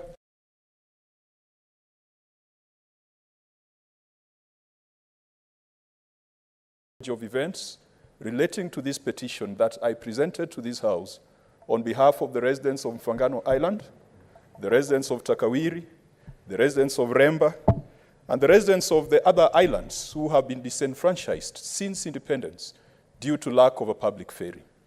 Mr. Speaker, when I presented that petition, I believe that the Senate would be in a position to deliberate on the matter in a bipartisan manner that is shielded from the politics of the day that is going on outside this House. Mr. Speaker, the chair has noted that there have been 2 postponements. There was a scheduled visit last week and a scheduled visit that was to begin this Friday. Mr. Speaker, it is true indeed that having spoken with the County Commissioner of Homa Bay County, he indicated to me that he had received an application by Bunge la Wananchi in Homa Bay of a planned demonstration in line with the constitutional rights of Bunge la Wananchi this Friday. Mr. Speaker, the decision I had to make was whether to allow senators to be in Homa Bay in a convoy of 10+ black Land Cruisers and Prados on a day when I know there were going to be protests and demos. Mr. Speaker, it is my conviction that my request to the Roads Committee and to the chair of the Roads Committee was done in good faith, and it is not meant to defeat or to derail the activities of the committee. Mr. Speaker, I take exception on 2 things. One, I'm a member of the Roads Committee. Upon my request being put to the chair, we ought to have deliberated as a committee and made a resolution. Mr. Speaker, I've been a chair in this House for a long time. I don't think this is how we should be prosecuting the business of committees. We should deliberate as members of a committee, take a decision as members of a committee. If there's a postponement, because what I needed to do was just to make the request, and it was upon the members to make that consideration. Mr. Speaker, I take exception that this matter has found its way on the floor of the House without the committee having deliberated upon it. But I believe that, Mr. Speaker, I'm on a point of order. I believe that, Mr. Speaker, that ultimately what we are pursuing is justice for the residents of the islands. And even though the 60-day period has elapsed, Mr. Speaker, just last week we had a liaison committee meeting where we reflected as chairs on the inadequacy of the 60 days provided by the standing orders. And we agreed that it was important that going forward, we provide adequate time for consideration of these petitions. Mr. Speaker, I conclude by saying that I would like the distinguished senator for Kiambu to visit Homa Bay on a day when the political climate is not foul and is not poisoned. I would like my distinguished committee members in the Roads Committee to come to Homa Bay, to be able to appreciate the beauty, the potential, and to be able to sit down with the people of Homa Bay in a candid conversation that is aimed at addressing some of the social and economic injustices that they face. Mr. Speaker, probably when we go back to the Roads Committee, we will discuss as a committee, because the postponement is not indefinite. And I believe that we can find an appropriate day so that we can serve justice to the people of Mfangano.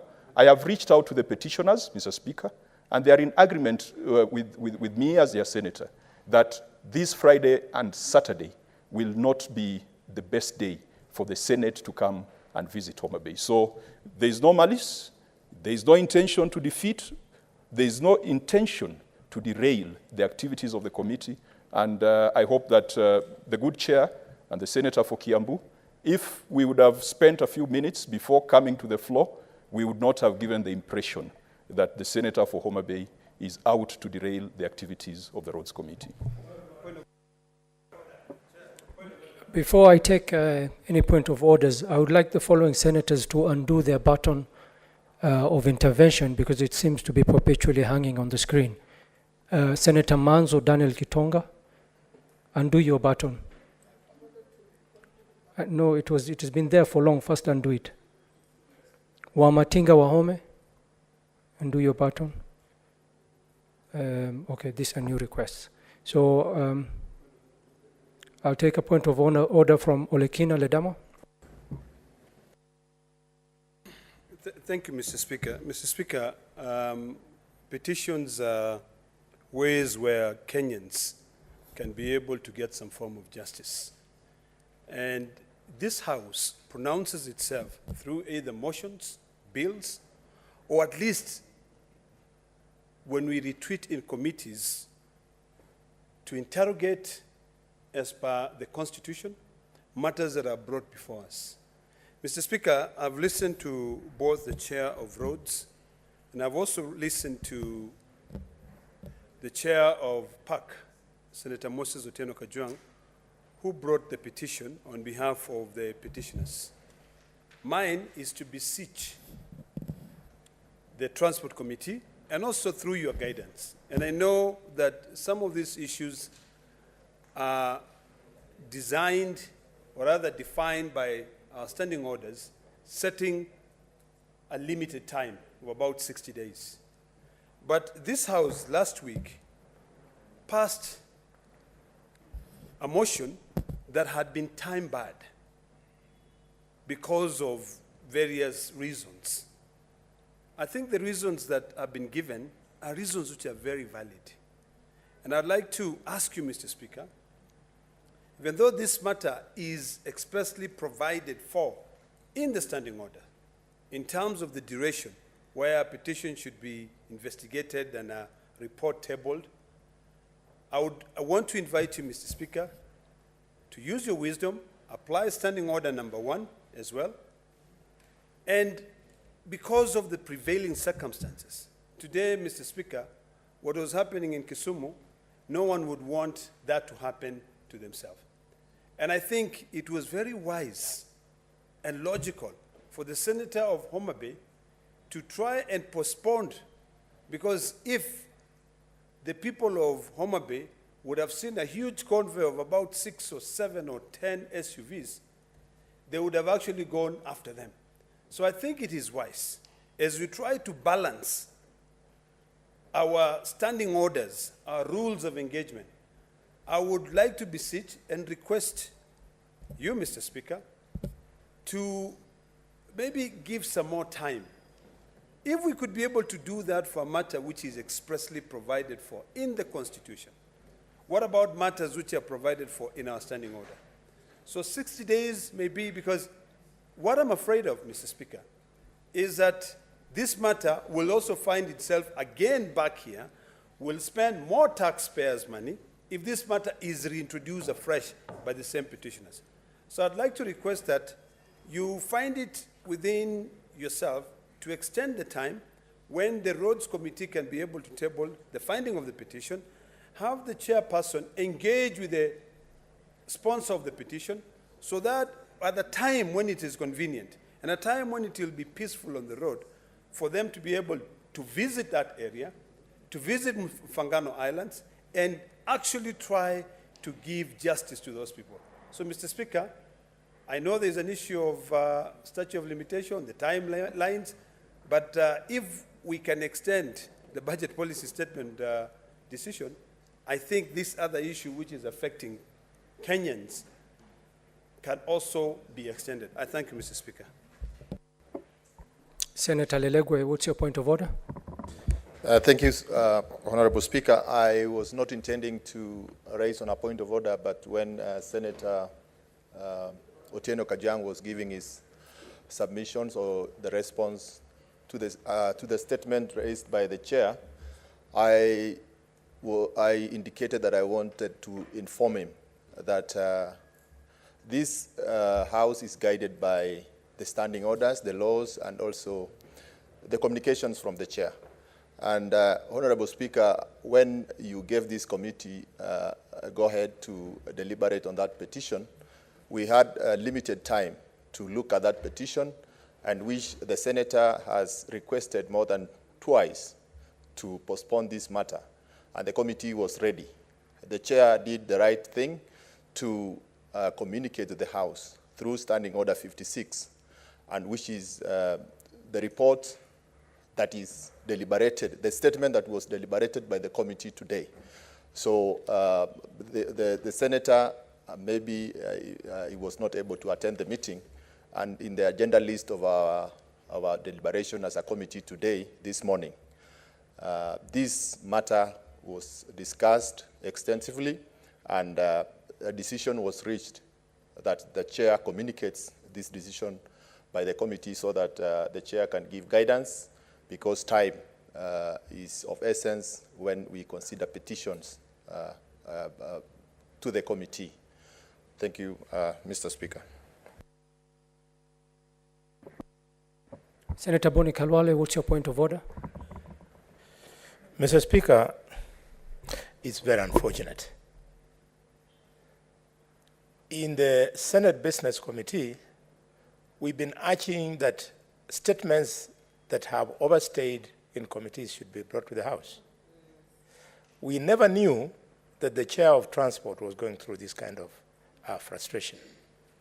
Mr. Speaker, I want to congratulate the chair for being candid and disclosing, risking the possibility that he would be cited for attempting to discuss a senator without a substantive motion.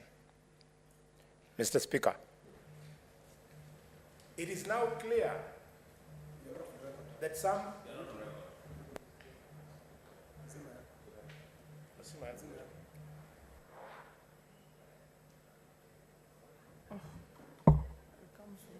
Mr. Speaker, sir, it is now clear that some leaders in this country, in the hope that they'll walk the journey of adventure, will zone off this country. So that when you're going to certain parts of this country, you have this feeling that I'm away from Kenya or I'm away from home. Mr. Speaker, the senator of Homa Bay is not a security officer. If there were security challenges in that area, the security organs would have alerted Parliament and discouraged Parliament from sending the committee to that place. Mr. Speaker, I say this in all honesty. I personally, Mr. Speaker, was in Homa Bay to mourn with my younger brother when my former colleague Otieno Kajwang died. And my brother will know that when he brought this statement, I wrote on the statement because I know the importance of that petition. Mr. Speaker, I'm risking pointing a finger at my colleague, knowing that even as late as today, the Deputy Governor of Kisumu, the Honorable Matthew Owili, has assembled youth who have stormed a function chaired by, Mr. Speaker, I'm on a point of order. You will speak. I'm not discussing you. I'm not discussing Owili. I'm stating a fact. Take it easy. This pride of yours will take you nowhere. Kenya is too big. Mr. Speaker, sir. Mr. Speaker, sir. Mr. Speaker, sir. Continue, Senator. Thank you, Mr. Speaker. Mr. Speaker, the head of the Communications Authority presiding over a World Bank Food Awareness Day, his function has been attacked by the Deputy Governor who pushed their youth so that it looks, and he was saying, we are preparing for Monday. They want to give the impression, Mr. Speaker, that that part of Kenya is not governable. It is a lie, and to suffer the consequences of this misadventure, this petition should be dismissed. We want to spend time carrying out serious business. And I want to appeal to leaders from this region that they should give the people of that region an opportunity to enjoy government services. Now you can speak. Wait, I'll give an opportunity to everyone to speak. I think I have everybody has requested on a point of order. So let's hear on everybody. Senator Nderitu.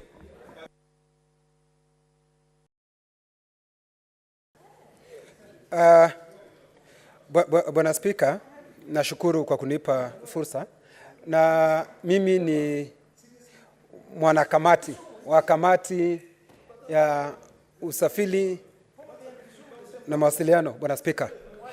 Na ni vizuri Bwana Spika Senators, can we please hear the speaker to... Senators, order, senators. Senators, order. Senators.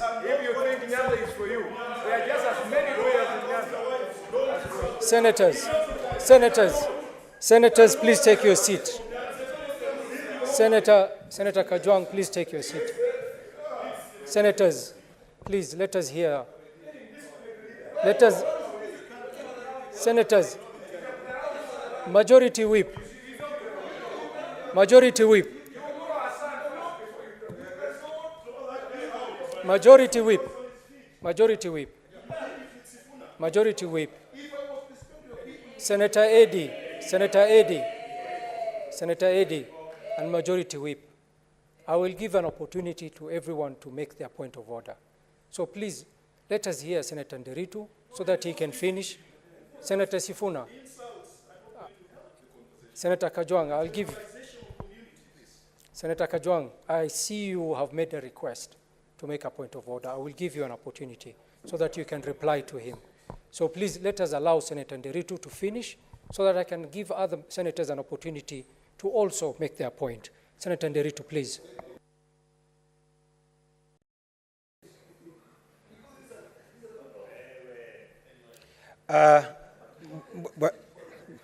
Bwana Spika, ukisoma kitabu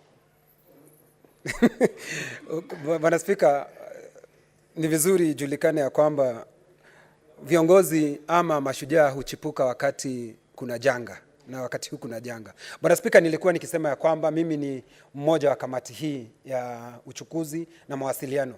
Bwana Spika, tulipata ujumbe kutoka kwa senator wa kutoka Homa Bay akisema ya kwamba dua lile ambalo lilikuwa limeombwa, na sisi tulikuwa tumejitayarisha kuendelea na hayo maneno kwa sababu ya muda uliowekwa, lakini akatuambia kunaweza kuwa na mvutano, vurugu, na ni vizuri kwa sababu hakutaka tujipate katika hali ya sintofahamu wakati tutakapofika huko. Lakini Bwana Spika, tumekuwa kila wakati tukisema kwamba tutatembea pale, kunakuwa na sababu ambayo inatuzuia kufanya kazi yetu. Bwana Spika, hata ijapokuwa nasema kutakuwa na maandamano, Bwana Spika, na nataka kukubaliana na kiranja walio wengi ya kwamba seneta rafiki yangu Kajwang, yeye si afisa wa usalama, yeye hafanyi katika idara ile. Kwa hivyo na ijulikane wazi, hakuna seneta yoyote hawezi kuzuia kufanya kazi yake ya uangalizi na mtu yoyote. Na kumbuka ya kwamba Bwana Spika, seneti iliyopita waziri wa usalama Matiang'i alikuwa amesema ya kwamba hatutakwenda Laikipia kwa sababu kuna hali ya kutokuwa na usalama na hatupaswi kwenda huko. Lakini Bwana Spika, tukasema liwalo na liwe, na mkumbuka, nataka kumpongeza seneta Wetangula. Alisema ya kwamba seneta hawezi zuiwa kufanya kazi yake, hata kwenda kuangalia zile sehemu ambazo zina shida ni kazi yake. Bwana Kajwang, mimi nilitaka twende huko Mbita, Mfangano, tuone kama maandamano yamefanywa kama vile ambavyo ungelivyotaka. Hiyo ni kazi yetu Bwana Spika, kwa sababu tunataka kwenda kufanya kazi yetu na hatuwezi tukazuiwa. Na Bwana Spika, nataka kumpongeza mwenyekiti kwa sababu kama hatungelifanya hiyo kazi yetu na muda unaendelea kuyoyoma, tungekuja sisi kama kamati kukemewa na kukejeliwa ya kwamba hatufanyi kazi yetu. Mwenyekiti wetu alikuja kusema ya kwamba muda uliotupa Bwana Spika, kwa sababu ulituambia tuna siku 60 na muda unaendelea kuyoyoma Bwana Spika, hatuwezi kaa kitako alafu baada tunapokuja hapa katika seneti hii kuzomewa, hapo ndio wakati tunasema ya kwamba seneta alituambia kungekuwa na mvurugu na mvurutano, kwa sababu yeye alituambia katika mtandao wa kamiti yetu. Kwa hivyo vile mwenyekiti alikuwa akifanya ni vile ambavyo inapaswa kufanywa Bwana Spika, na tumekuwa tukisema hayo, na nakumbuka Senator Kajwang akinipongeza nilipokuwa mwenyekiti wa kamati ya ugatuzi ya kuniambia nilikuwa kila wakati naleta ripoti ya vile kamati inavyoendelea. Lakini Bwana Spika, tulipokuwa tukiwasiliana katika ile kamati Bwana Spika, nakumbuka Kajwang mwenyewe hakuwa katika ile kamati, na kulingana na vile anavyosema Bwana Spika ya kwamba hakujulishwa na hakuulizwa, hiyo kwa niaba ya kamati yetu, kwa sababu mimi ni mwakana kamati, nachukua ile jukumu, na kwa niaba hiyo naomba msamaha, kwa sababu kuomba msamaha haionyeshi unyonge, inaonyesha uongozi Bwana Spika. Na ni vizuri wakati mwingine sisi kama viongozi kukubali makosa. Ikiwa tumefanya makosa, tunaomba msamaha Bwana Spika, haionyeshi unyonge, na ndio tuweze kuendelea Bwana Spika. Kwa hivyo dua lile Bwana Spika, dua lile Bwana Spika. Senator Nderutu, please conclude. Bwana Spika, nizuie kutoka kwa huyu kiongozi. Bwana Spika, nizuie, sijamaliza Bwana Spika. Senator Eddie, Bwana Spika, you will get an opportunity. Let him conclude. Bwana Spika, please. nizuie. Senator Eddie, you will speak. Can he conclude? He's on a point of order and you want to make a point of order. So let him conclude. What is it? Point of information? Is it a point of information? Bwana Spika, ninaweza kuongea kuhusu seneta aliyoko katika nyumba hii, kwa sababu ana fursa ya kujitetea Bwana Spika. Yule ambayo siwezi kumuongea Bwana Spika, si kuongea kwake kwa ubaya, ni mwenye kamati. Nikasema Bwana Spika, huyu seneta ni mgeni Bwana Spika, hana uzoefu Bwana Spika wa kujua sheria, kanuni za bunge. Bwana Spika, najua hana uzoefu wa kujua kanuni za bunge. Bwana Spika, chukua fursa hii upeleke hawa maseneta wageni ambao hana uzoefu Bwana Spika. Ninasema vizuri, hana uzoefu, na ni vizuri julikane, kwa sababu hana uzoefu Bwana Spika, kwa sababu ile naongea kuhusu, haongei kwa sababu anajua sheria, anazifahamu na anazimenya. Lakini ukitaka kujua Bwana Spika, ukitaka kujua ya kwamba debe tupu Bwana Spika haliwachi kutika debe tupu Bwana Spika. Na ndiposa sasa unasikia debe tupu bado linaendelea kutika Bwana Spika. Na ni vizuri tuseme ukweli Bwana Spika.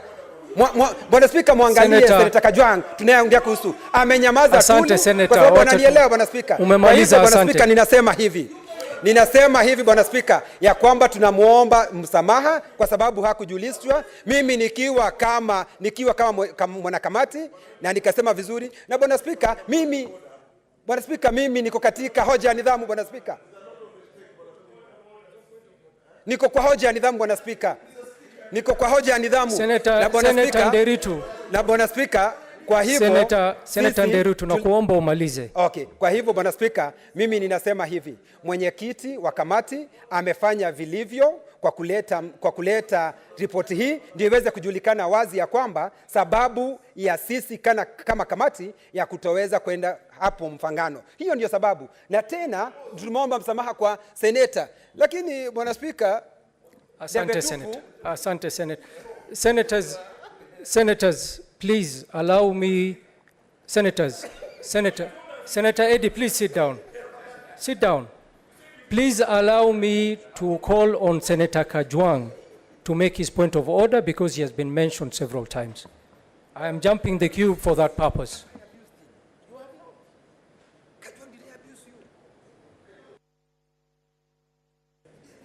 Mr. Speaker, I wish that debate on this matter could be truncated and terminated, because, Mr. Speaker, I think this is a wrong use of the standing orders.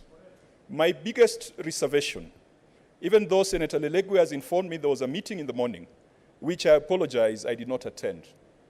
When a chair comes to this House and makes a statement that mentions adversely a fellow senator, the courtesy is to alert the senator that I am going to read a statement, and that statement you have been mentioned, and this is the content of the statement.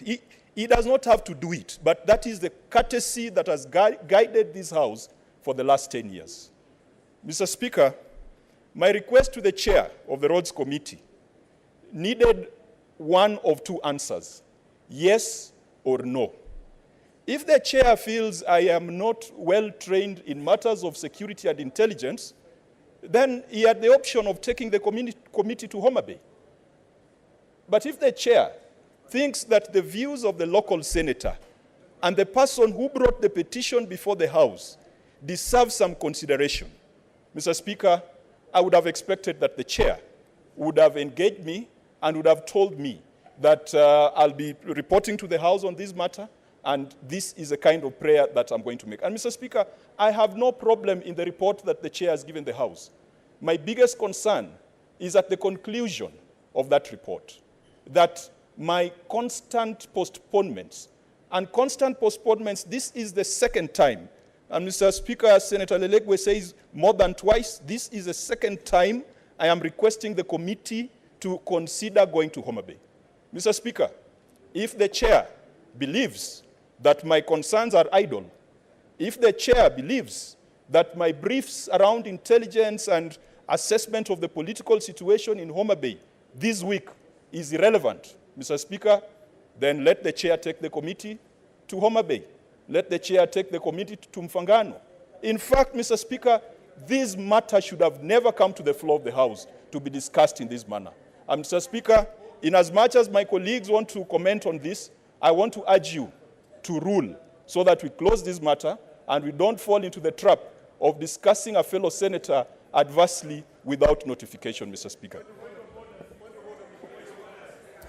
Senators, should I follow seniority and allow Senator Mazayo to make a point of order?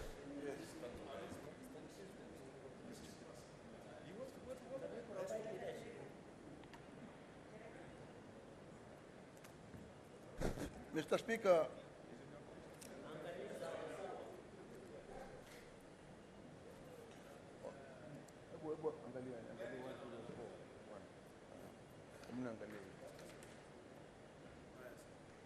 Mr. Speaker, jambo la kwanza, mimi pia ni memba wa hiyo kamati,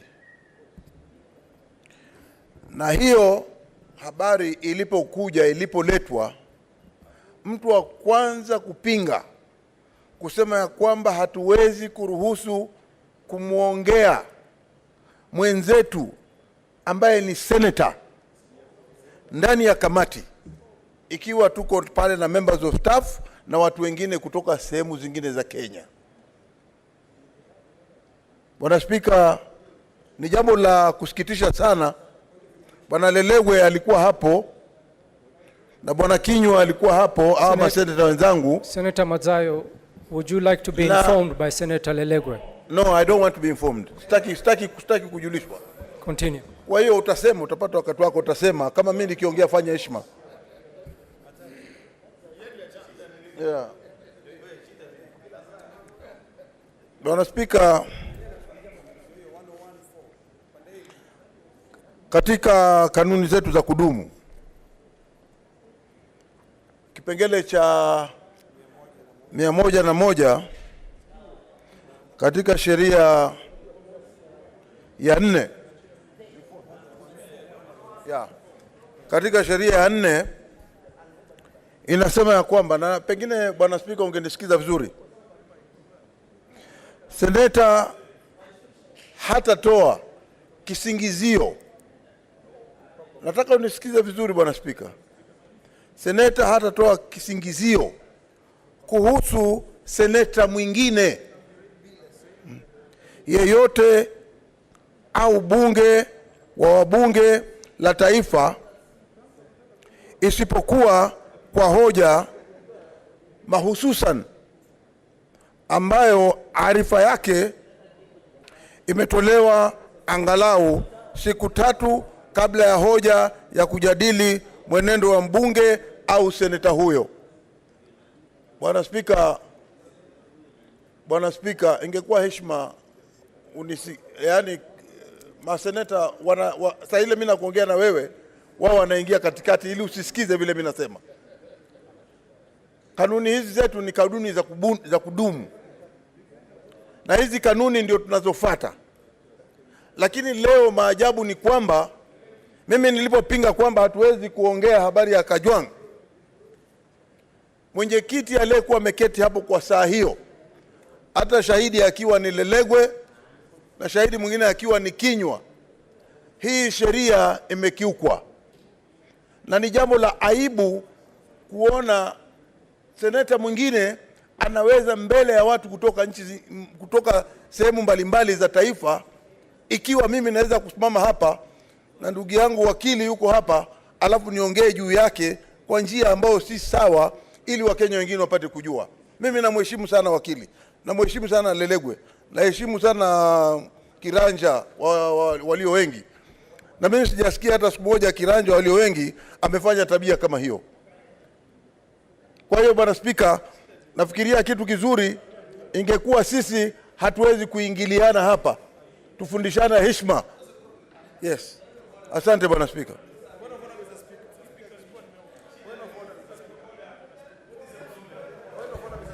What is your point of order, Sifuna?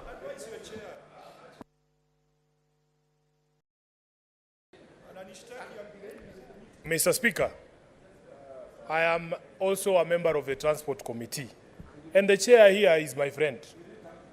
I am extremely disappointed that the statement that has been made on this floor has actually been made on this floor.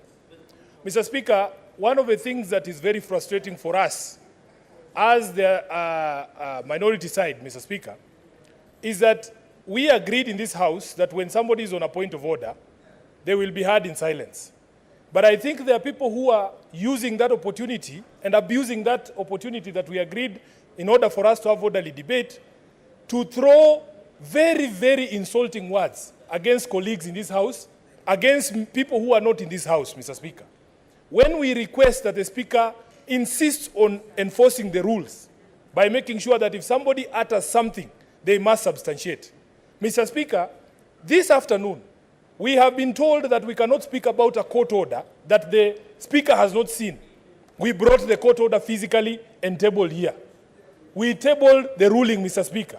When Senator Khalwale stands up and says on the floor of this House that people who are supporters of Azimio or ODM have raided a meeting of a government agency and then stolen food or done what, without any substantiation. That's what I'm saying, Mr. Speaker. You must substantiate. Stop heckling here, Khalwale. I can assure you, no government agency is going to hold any meeting anywhere where you are gouging on food bought by public resources, yet Kenyans are starving. Even in Kakamega, Khalwale, you will not hold a meeting of your staff, of your office, of anything, without Kenyans coming to avail themselves of that food. I can assure you. Number two, Mr. Speaker. Mr. Speaker, protect me, Mr. Speaker. I'm on a point of order. I am on a point of order, Mr. Speaker. I am on a point of order, Mr. Speaker. Protect me. I have to finish. Conclude, Senator. Conclude. I must finish. In fact, let him conclude, senators. In fact, as a senator of Nairobi, I want to tell any Kenyan that having seen the increase of the budgets for State House for buying tea and mandazi, that tea and mandazi is for Kenyans. Wherever you meet a government agency holding a meeting, go there and eat that food. That is your food, Mr. Speaker. Mr. Speaker, any person who has the right mind, you cannot go and hold a symposium on food right now, and you know Kenyans are starving, and you have brought food only for yourselves, and you think people will just sit there and look at you. They say a hungry man is an angry man, Mr. Speaker. Let me finish by speaking on this question of marginalization. I am on a point of order. Conclude. I am on a point of order. Senators. I will be heard in silence. Senators, please. I am on a point of order, Speaker. Senators. Yes. I want to demonstrate to you that you are abusing the points of order. And that's what I'm going to do. That's what you're going to do. Mr. Speaker, Senators, I am on the floor. Senators, please take your seat. I'm on a point of order. Take your seat. Resume your seat. Senators, we want to hear everybody. Let the senator conclude, and then we hear who the second speaker is going to. We cannot be exchanging utterances like this, senators. Please, let us hear the senator and let him conclude. Senator Sifuna, please conclude. I thank you, Mr. Speaker. You have already ruled. Allow me to speak, Mr. Speaker. I want to tell Kenyans, anywhere, anytime, You hear there's a government agency, they are sitting somewhere drinking a tea mandazi. That's your money. Go and join them. That's what we want to see, because every time we speak about addressing the question of iniquity in this country, people don't want to listen. Khalwale, you are lucky that you come from Kakamega. There are roads there. At least there's a road. The people of Homa Bay, all they are asking, Mr. Speaker, is for one ferry. One ferry. Over the weekend, we took the Maandamano, Mr. Speaker, to Kwale County, and we used the channel at Likoni. I saw a brand new ferry being utilized there by the people there. Are you telling us, Mr. Speaker, even the old ferries that I saw parked there, and they have taken somebody from Nandi or Sijui Rift Valley and made him the chair of KPA or Sijui the MD of KPA? Mr. Speaker, Senator Sifuna. That job, one moment, that Senator job. Sifuna. No, Mr. Senators, Speaker, I must conclude. Please. I must conclude. I'm on a point of order. I am on a point of order. I am on a point of order. Senator Sifuna, resume your seat. Resume your seat. I am on a point of order. Resume your seat. Senators. Senator Sifuna. Honorable senators. Honorable senators. At this point, I will have to end this debate or this point of order. Senator Sifuna, when you're referring to another senator, refer to him as a senator, not by their name. So please continue and conclude. Thank you, Mr. Speaker. I am on a point of order. I am on a point of order. I'm being heckled throughout. Mr. Speaker, if this conduct was coming from me, already I would have been thrown out of this house. Can you protect me so that I am heard in silence? I need to be protected, Mr. Speaker. Mr. Speaker, if this was Sifuna, he would have been thrown out of the house already. I cannot speak. I'm being heckled throughout. I'm being heckled by these hecklers. Senators. Mr. Speaker, this illegitimate government has sent somebody from Nandi to go and be the chair of Kenya Ports Authority, Mr. Speaker. Somebody with the same name as the president. Senator Sifuna. It's ridiculous. We Senator want Sifuna. to end this marginalization in this country. Senator Sifuna. Senators. Senators. Senators, I am being... Senators. Senator Sifuna and Majority Leader. Majority Leader and Senator Sifuna. Senator Sifuna. Senator Charargei. Senator Charargei.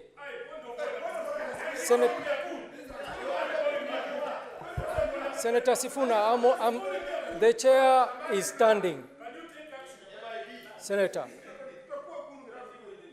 Senators, seriously, at this point, Senator Charargei, Majority Leader, please, senators, at this point, I cannot even follow the proceedings. Senator Eddy, senators, I really don't want to throw anybody out of the house. But at this point, I cannot have this point of orders to continue because it doesn't seem we're being able to listen to each other. So at this point, I will have to make a ruling on this issue. So senators, honorable senators, I have heard the contributions by the senator, the chair of transport, and who has made his statement reporting the status of consideration of the petition presented by Senator Kajwang. The gist of it is that the committee has not concluded the consideration of the petition. And it has not concluded owing to the request by the senator for Homa Bay to defer the visits. Senators, we know that the timelines provided in the standing orders is 60 days, and those 60 days have lapsed. That said and done, it does not stop the committee when the 60 days have passed to still continue on the matter. Honorable senators, the time for consideration of the petition has lapsed, but there is precedence in the Senate where timelines have been extended. The chair is commended for his report, but there is nothing stopping the committee from proceeding with the visits at the appropriate time and tabling this report. Thank you. Next order. Order number 8, motion adoption of the report of the Joint Committee of the National Assembly Departmental Committee on Environment, Forestry and Mining, and the Senate Standing Committee on Land, Environment and Natural Resources on the approval hearing for the nominees for the appointment as members of the National Climate Change Council. Senator Chairperson, Land, Environment and Natural Resources. What is your point of order, Eddie?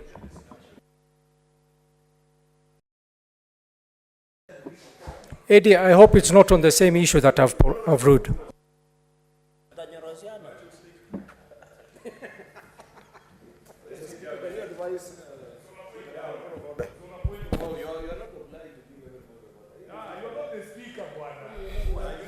Mr. Speaker, protect me from goons in the regime the other side. Like this goon now is talking here. Senator Eddie, Yeah. you cannot refer to other members of this House as goons. He Please called withdraw. me. He called me a goon. Withdraw that. I heard it from you. I want to plead that he called me a goon. So I thought it's a common language between me and him. So it's a goon as well. Senator Eddie. But I withdraw. Thank you. Yeah. Mr. Speaker, I rise on a point of order. Can you relax? Cherargei, where will you fail Mutiani? Senator Eddie, talk to the Speaker. Mr. Speaker, Talk to the Speaker. I just rise to inquire that the substantive Speaker did indicate that he would give us 30 minutes so that he could be able to make a ruling on the previous matter. And looking at the time now, is way over 50 minutes. Why is it that, Mr. Speaker, people are heckling in this House? Senators. So, Mr. Speaker, is approaching 5:30, and that will be way beyond, like, it's almost an hour now. Can we have a guidance on this matter, because it is extremely important that we conclude on that business today. Thank you, Mr. Speaker. Senator Eddie, you have concluded.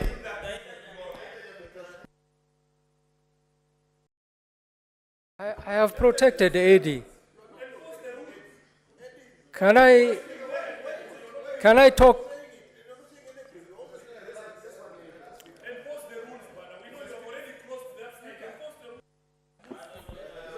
Senator Sifuna. Senator Sifuna. Senator Sifuna. No, Senator Sifuna. Senator Sifuna.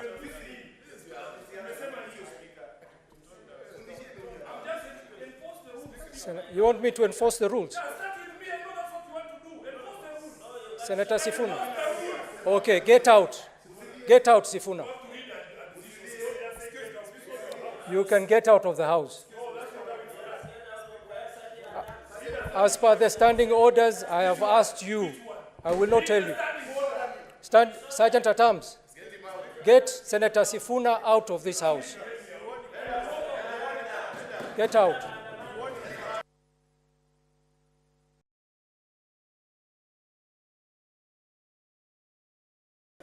Sifuna, you are rubbish yourself. Get out.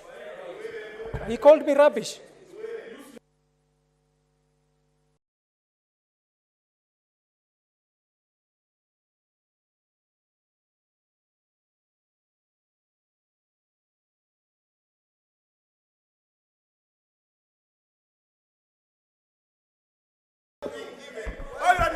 Point of order, you guys are destroying the Senate. How do you take this much for being given?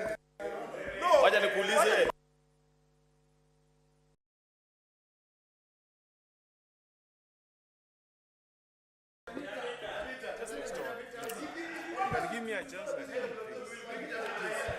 Senators.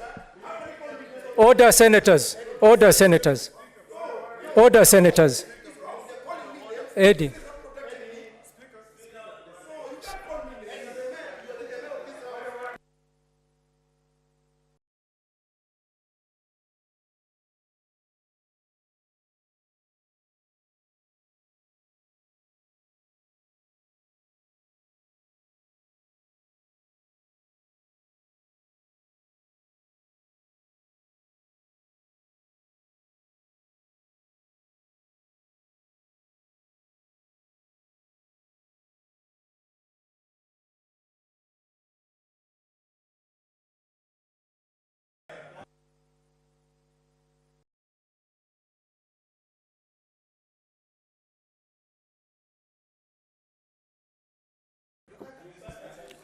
Senator Mgeni, what's your point of order?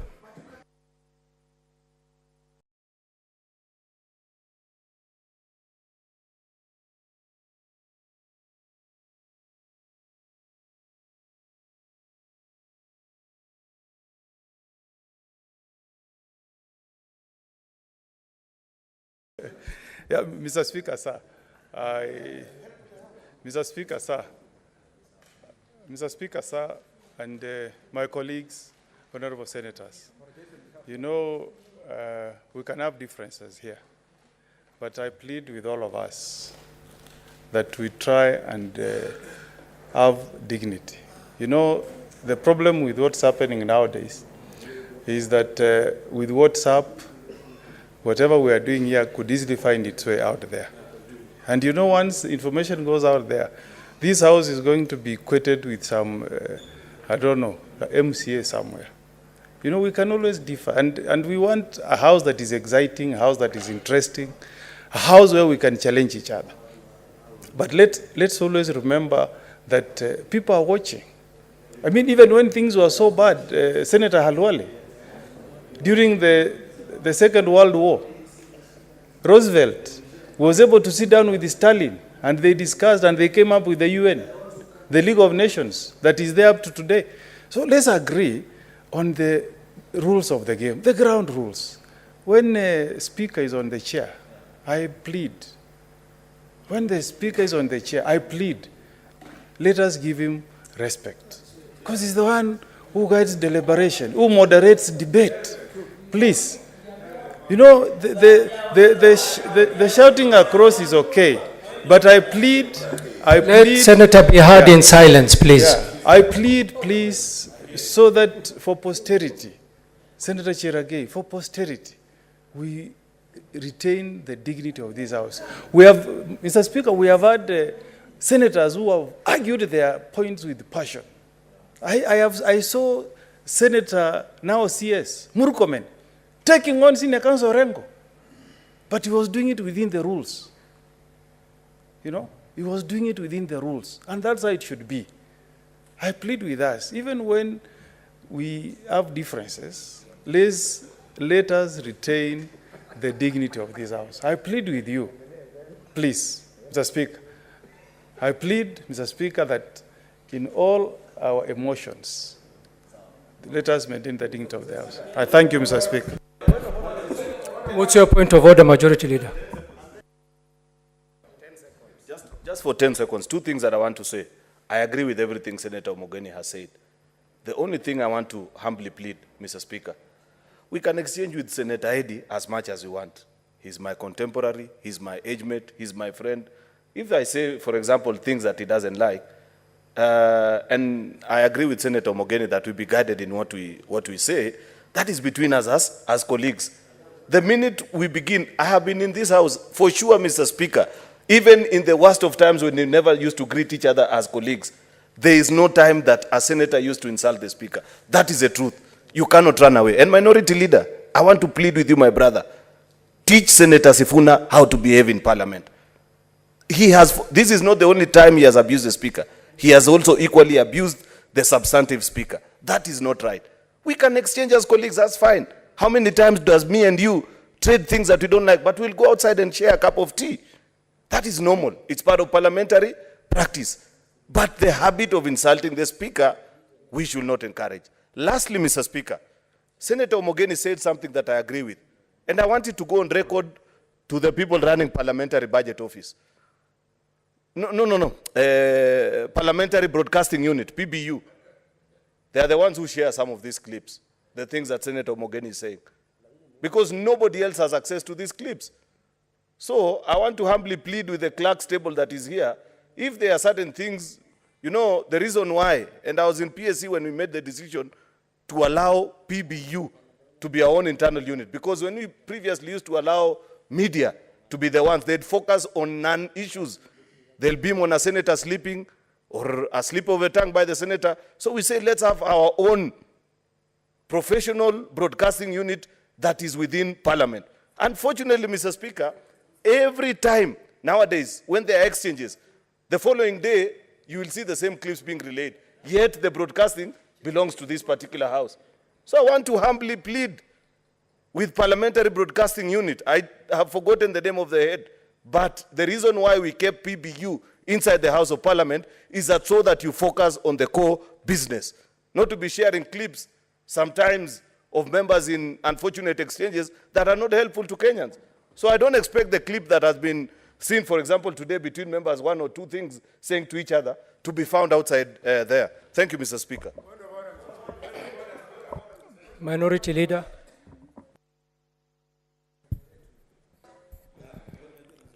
Asante Bwana Spika.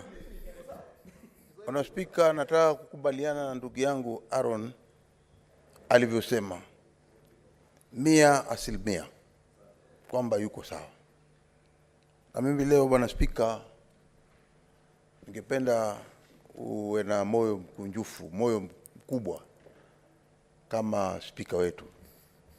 Ninaelewa ya kwamba ule tulivyofanya hapa, yale maneno yote tuliyofanya hapa, si ya usawa kulinganishana na wewe ukiwa umeketi kwenye kiti. Bwana Spika, mengi ndugu wakiketi ama katika hafla yetu kama hii ya senators kuwa katika mjadala, ni lazima sengine tutakosoana mdomo. Kwa hiyo kama imefanyika ni bahati mbaya, hatukutarajia kwamba itafika hapo. Kwa hiyo Bwana Spika, kitu tunataka kusema kwa ndugu zangu ni kwamba leo tumeikosea hii nyumba. Huo ndio ukweli wa mambo. Sote upande ule upande huu tumekosea. Tumekosa. Na lazima tukubaliane ya kwamba maneno yaliyopelekwa pande ile na pande ile, mengine mimi siwezi kutamka kwa sababu ya vile ninavyofikiria kwamba ikiwa wale wako nyumbani na wale wanafunzi ambao wanakuja hapa wanaona mtu kama Boni Halwale, wanamuona Mazayo, wanaona Aaron Cheriot, wanaona kijana mshupavu wakili, tukiwa tunapeana maneno kama hayo, Bwana Spika, yote piga moyo konde, yaweke nyuma. Na najua katika ile hasira, ukiwa kama kinara katika hii nyumba, najua utaweza kutoa uamuzi. Kama vile katika ile hasira iliyokuja kwa ghafla, na wewe ni binadamu pia. Hakuna mtu anaweza kukuita hivyo na wewe usimuite. Kwa hiyo yeye akiwa ameenda kidogo pande ambao umezidi, mimi ningeomba hiyo hata ile pengine vile ulivyotamka, pengine useme okay, ilikuwa katika ile spur of a moment. Lakini yote hao tuliyofanya, mimi nasema tuyaweke nyuma, tugange yale yanayokuja. Kwa ndugu zangu mimi naweza sema kwa pande zote mbili, lazima tuonyeshe mfano. Kila siku watu wanakuja hapa wakituona, wanaoketi pale, wanaoangalia ndani ya nyumba kwa runinga, wanaoangalia katika mahall makubwa makubwa. Sisi kama mfano, please, I plead with you, let's use good language. Let's use parliamentary language so that we can at least save this house. We are bado tunaendelea, hata pole natumia lugha mbili, lakini tunaendelea kudidimia chini kiheshima. Ningesema sote tuwe kitu kimoja ili tuweke heshima ya nyumba hii ya Senate, kwa sababu sio sisi peke yake wa mwisho kukaa hapa ndani.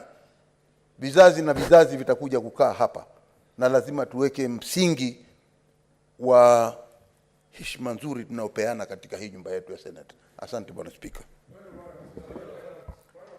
Senator Boni Halwale. Mr. Speaker, sir, I rise on Standing Order number 123 to move the following motion. That Senator Sifuna Watenya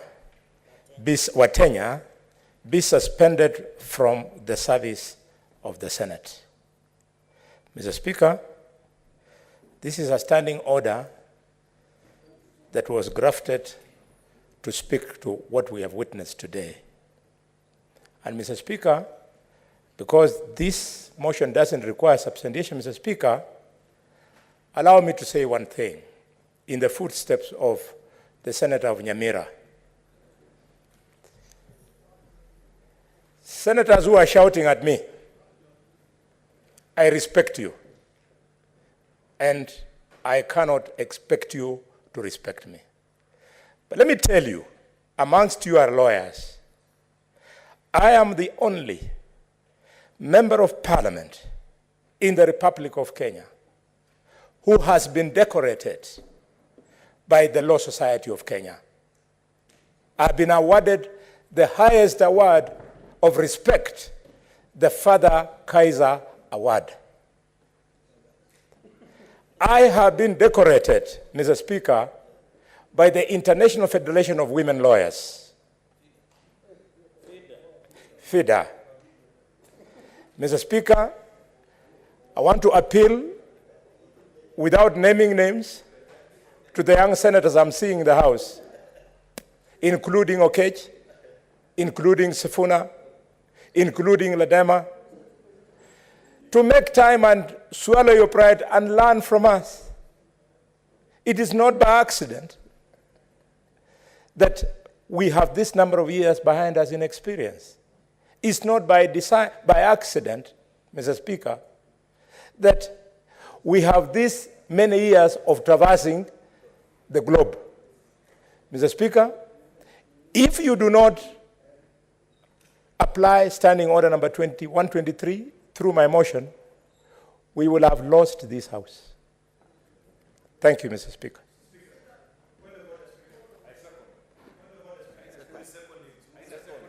Sorry, Mr. Speaker, before you give Honorable Ledama on his standing order, I request Senator Kinyua, the Commissioner, to second my motion that Senator Sifuna.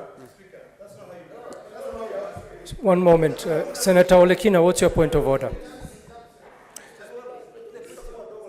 Mr. Speaker, I thank you, Mr. Speaker. Mr. Speaker, I want to beseech my colleagues. Mr. Speaker, I would like to beseech my colleagues that we are mature men and women in this House. A few weeks ago, I mentioned to the majority leader that if these things proceed the way they are proceeding, he himself is losing this House. Mr. Speaker, I have sat here and I've been very, very calm today. I've listened, and I've listened to the majority whip. The majority whip has constantly used unparliamentary language. Mr. Speaker, the majority whip has also tried to rewrite our standing orders by standing and saying, I'm moving a motion under Standing Order number 123.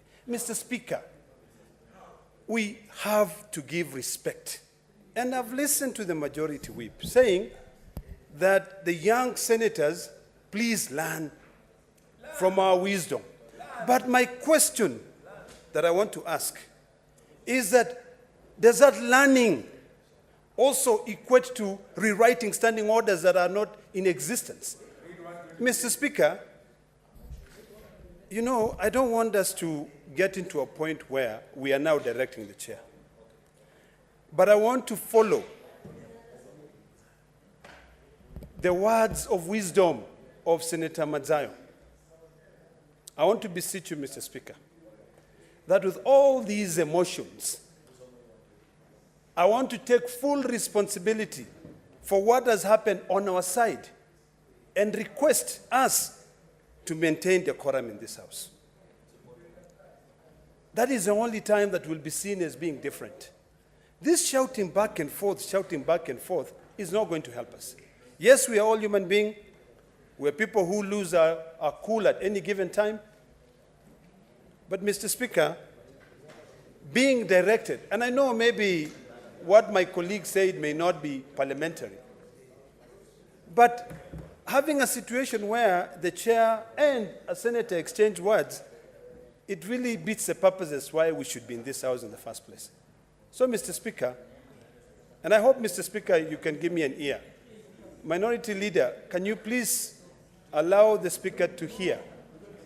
Senator Madzayo. Senator Madzayo, please.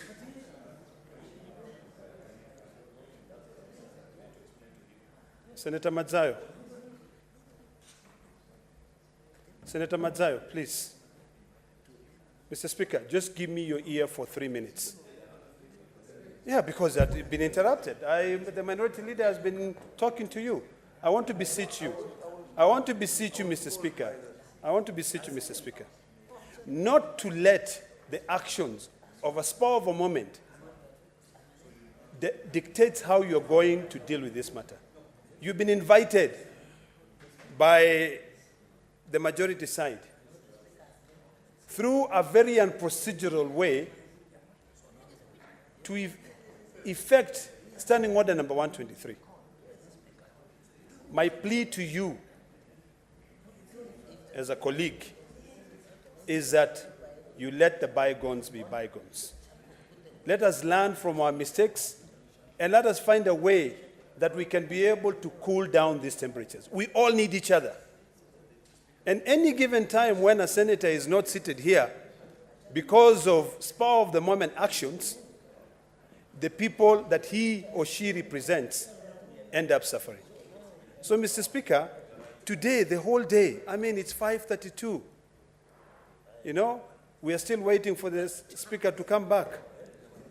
But the whole day, really, we have not discussed. There was a motion, I know, of Kenyans who are still seeking compensation from the bomb of 1998. We have issues of electricity. Senator Chute discussed that issue. But do you really want to tell me, and this is to all of you, my colleagues, do you want to tell me that we'll reduce the 2.5 hours that we have in the Senate to be a time when we can just be bickering and hallowing insults and calling each other's names? I am really, really disappointed. I'm ashamed of this House today. I'm really ashamed of this House. And I want to request my colleagues, please, let us act our age. Today we are not acting our age. Today we are insulting each other back and forth. You know, it is not helping us. I said I take full responsibility on what happened on our side, and I want to request you, Mr. Speaker, to let it bygone. They are highly regretted, and the only way we can remain as one house, Mr. Speaker, is when we learn to tolerate one another. I thank you, Mr. Speaker. Senator, I am following an order on the screen. Senator Cherargei, what's your point of order? Mr. Speaker, I think Senator Ledama should listen because he was also imploring to have. Mr. Speaker, on Standing Order number 1 and looking the motion that Senator Boni Khalwala has brought under Section 123, Mr. Speaker, what happens is that I only beg of you, Speaker, with all humility, it is that at that moment, the Senator Sifuna should have been invited to apologize and withdraw, which did not happen. Speaker, looking at the emotions and agreeing that this thing has generated, Mr. Speaker, and we know also you are a human being. We know you have powers of Standing Order number 1. We don't want to take to the House to the extreme end, Mr. Speaker, but in as much as Senator Ledama pleads with you to let bygones bygone, then, Mr. Speaker, there should some level of remorse so that even as you take a decision whether to dispense off with Senator Boni Khalwala's motion as per Section 123, Mr. Speaker. No, I'm just you allow me to finish. I'm in fact in line with what you are saying. No, it is. Let me invite you, Senator Eddy, and you know you are my friend. Section 120, Senior Counsel, can you do your job? You did it well when I was in remand. Can you please continue? Understanding Order number 123 is that, Mr. Speaker, and Standing Order number 1, I know, Mr. Speaker, we are also human. There might have been that altercation, but looking at the unity of the House, and Mr. Speaker, I've seen you have invited that for Kamukunji tomorrow. These are some of the things we can discuss in camera. We are one House, Mr. Speaker. I know the motion of Standing Order 123 is too harsh. Mr. Speaker, I know the standard procedure of the House, Mr. Speaker, should have to invite Senator Sifuna to withdraw and apologize, which was not done, Mr. Speaker. I think because of the emotions, Mr. Speaker, the standard should have been, Mr. Speaker, I know you are consulting the House leadership, the two wise men, Mr. Speaker, The two wise men. Okay. Mr. Speaker, I wanted you to listen to this because you are also human. And I agree with the wisdom of both majority and minority leader.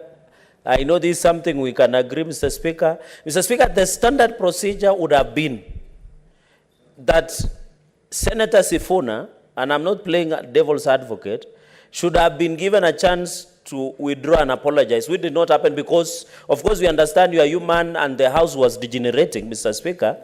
That should have been the procedure.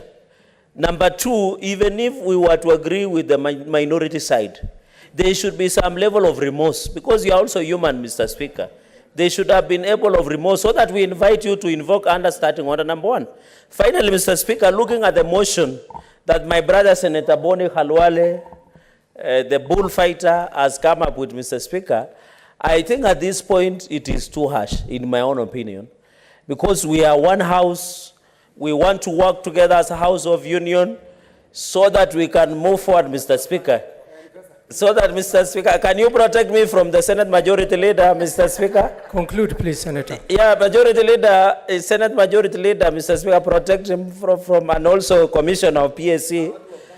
You know, Mr. Speaker, the chairperson, the Commissioner of PSC is happy. He has been allocated 40 billion for Parliament. So, Mr. Speaker, what I'm just saying in conclusion, in my own opinion, I know an excuse of ignorance of the law is no excuse. But looking at the unity where we want to go as a Senate, coming together, the House of Union, Mr. Speaker, let us also, Mr. Speaker, you can sue your wisdom understanding order number one, but I can invite, Mr. Speaker, because the House is becoming imechemuka, ground imechemuka, maybe tomorrow, Mr. Speaker, during the Kamukunji at around 10, I think 10 a.m., these are things we can discuss in camera because, Mr. Speaker, we don't want to generate where you are insulting the Speaker. Mr. Speaker, please, those are my humble submissions. Let us move forward as a one house. Thank you, Mr. Speaker.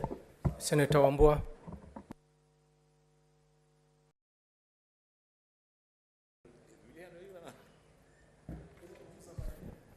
I thank you, Mr. Speaker.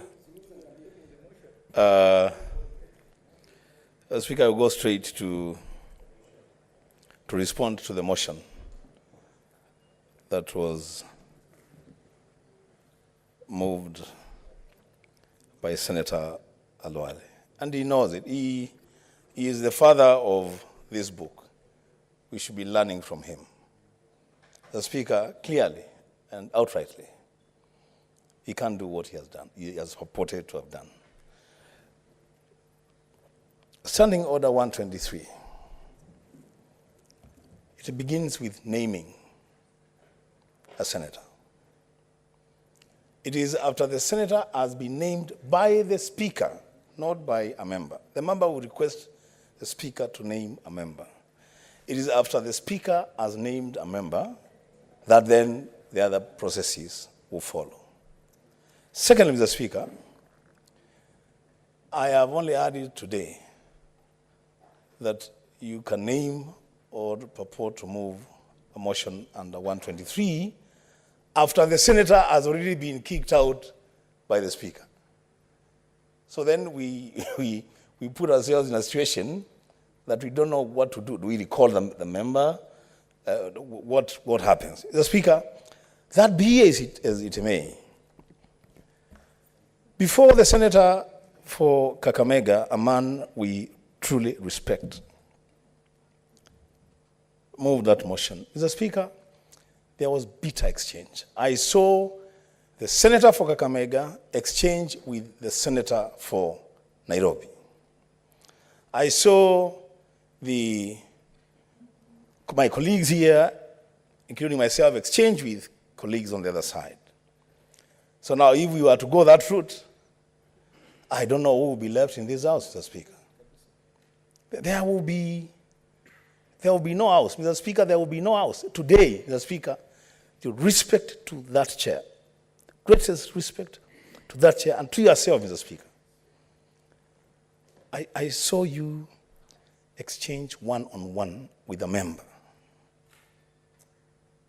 and call each other names, Mr. Speaker. I saw that with my eyes today. Mr. Speaker, we have a sense, and I'll keep saying this. We have a Senate to take care of. And I say that to all of us, including myself. We have a Senate to take care of.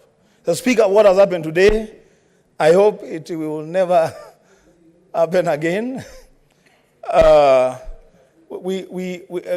Senator Kiambu and Majority Leader, it's okay. We have said it before. We would say it as many times as we have to say it until we restore order in this House. Mr. Speaker, with those many remarks, I see the Majority Leader is beckoning you to do something. These days, it is what it is, Mr. Speaker. It is what it is. I thank you, Mr. Speaker. Senator Sigei. Thank you, Mr. Speaker. We will only restore the dignity of this House when we take responsibility of our actions. We will be able to be a sober House when we are responsible, even before we take the mic to speak to anything that we are dealing with in the House. Mr. Speaker, I've watched this afternoon the proceedings. I have listened to my colleagues. It is not lost in any of us that we can all afford to speak. But what are we speaking to? What are we speaking about? Senate has all along been seen to be a house of sobriety, a house where decorum is exhibited by the members. But today, Mr. Speaker, that was not the case. The exchanges among the members is making it worse by the extent of what I'm listening to from my colleagues from the minority side. It might be that the exchanges went beyond what is expected. Who takes responsibility? Mr. Speaker, the Honorable Senator Boni Halwale has moved a motion under Standing Order 123 as to whether or not a member ought to have been named prior to that. You have been asked to enforce the rules of the House. How do we then enforce the rules of the House when members are saying we are not taking responsibility for our actions? Mr. Speaker, it is not the best experience that we have had in this House today. It is not an excuse to say it's the heat of the moment. I believe in taking responsibility myself. I want to beseech members of this House to also sit back, search themselves, think through what has happened in this House so that we restore the House of the Senate where it belongs. If we do not, we are going to lose the status of this House. We are going to lose this House. I thank you, Mr. Speaker. Senator Mgeni.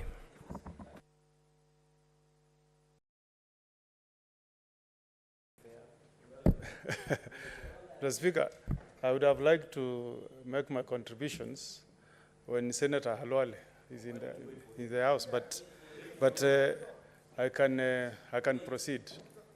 Mr. Speaker, I've already made my views on what happened this afternoon, which is regrettable.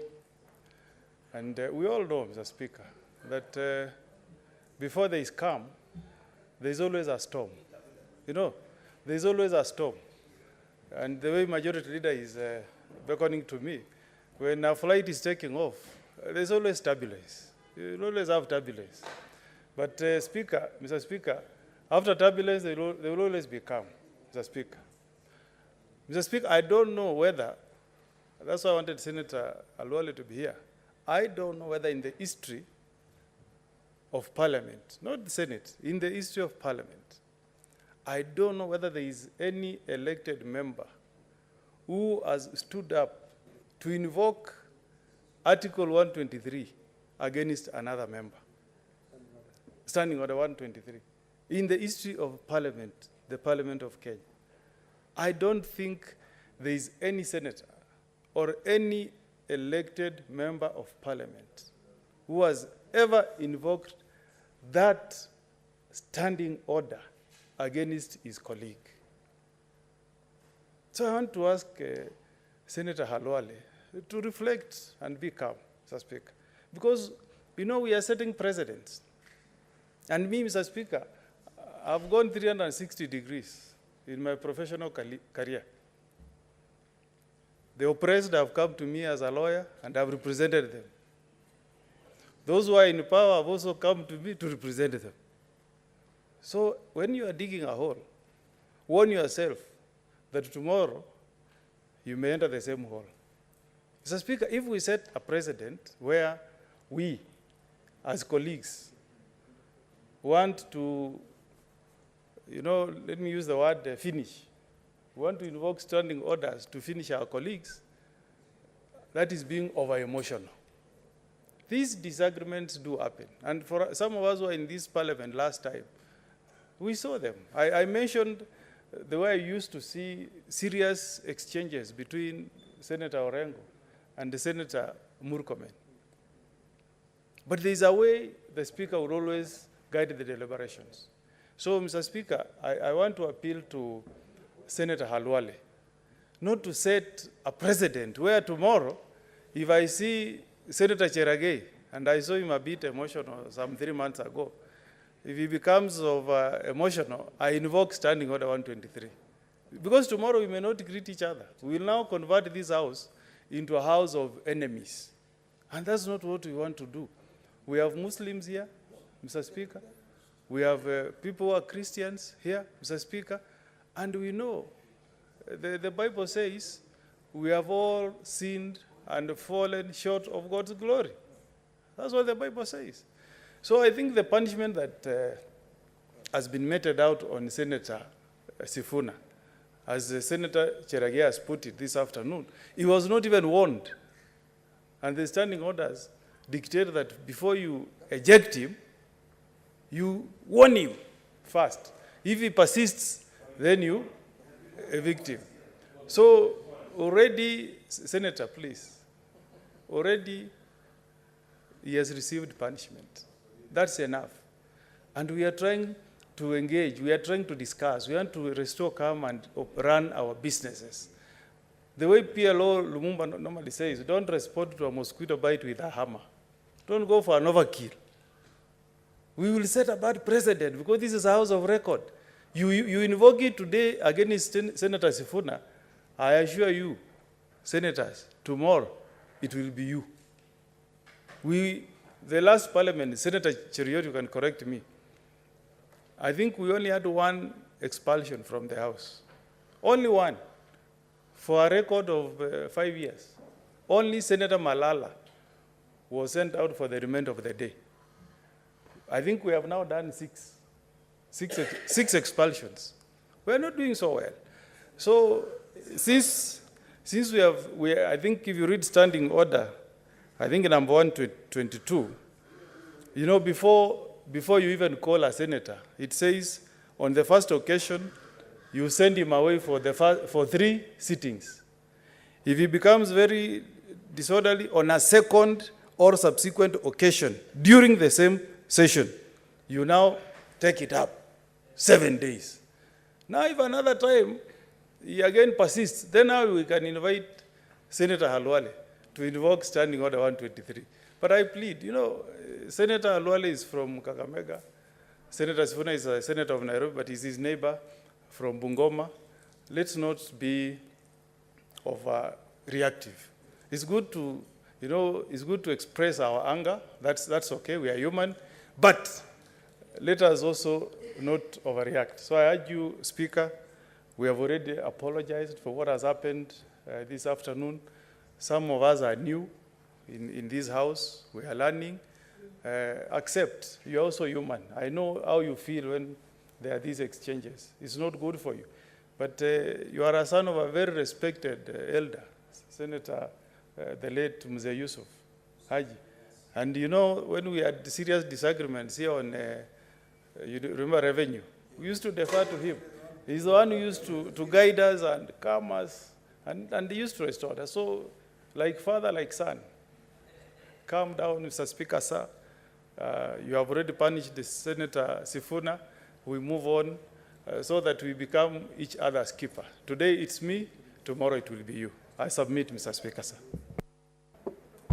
Senator, there seems to be a lot of interest on this matter. I will only allow 2 more speakers, one from the majority side and one from minority side.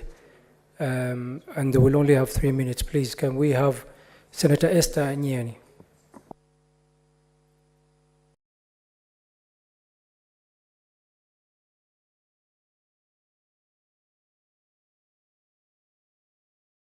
Mr. Speaker, while I heed to the advice of some of the ranking members in this House, and of course also take the apology, I am disturbed by some few issues I would like to mention.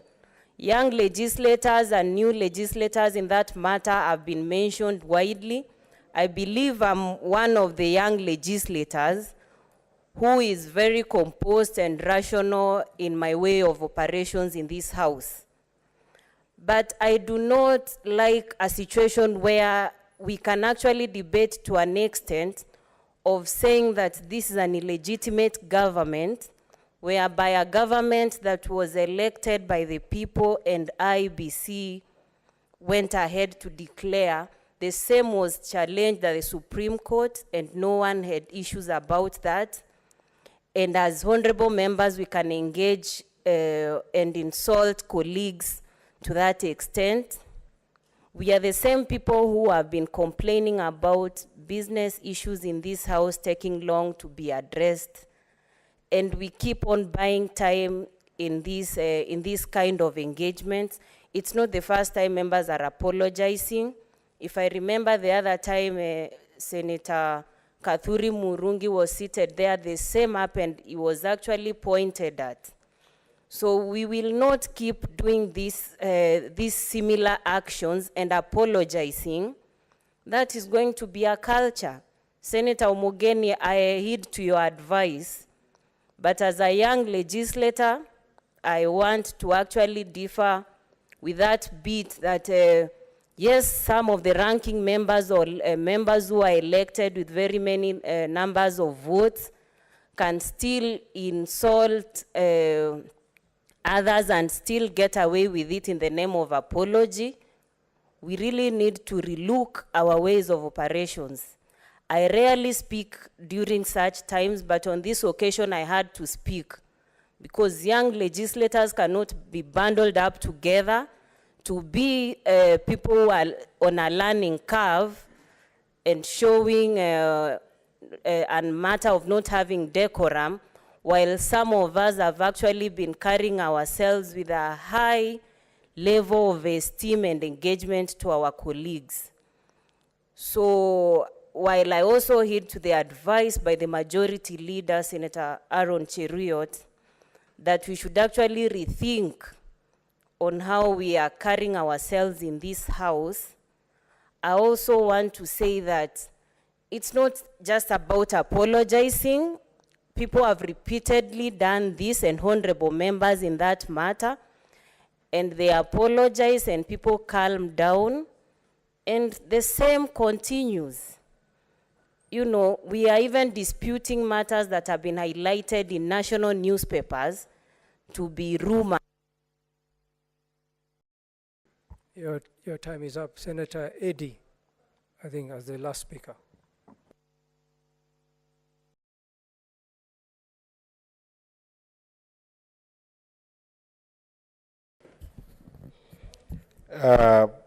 Mr. Speaker, it is almost 6 p.m. The House started at 2:30. This is a House that its composition is because of donated power to all of us by the people of Kenya. And I hope that, I'm glad that my brother Arun Cheruiyot is here, because ultimately, the position that Arun Cheruiyot holds is established by the Constitution, among other leaders, including my minority leader here, Senator Mazayo. It's actually a very solemn day, because we are not transacting business that helps the people of Kenya. It is very sad that we can come to a house like this. In such a house, we are either sitting here with privilege or sitting here because of responsibility. Jomo Kenyatta, the founding father of this nation, in his book, Facing Mount Kenya, talks about responsibility. And he says that responsibility of nationhood will be given only to reliable custodians.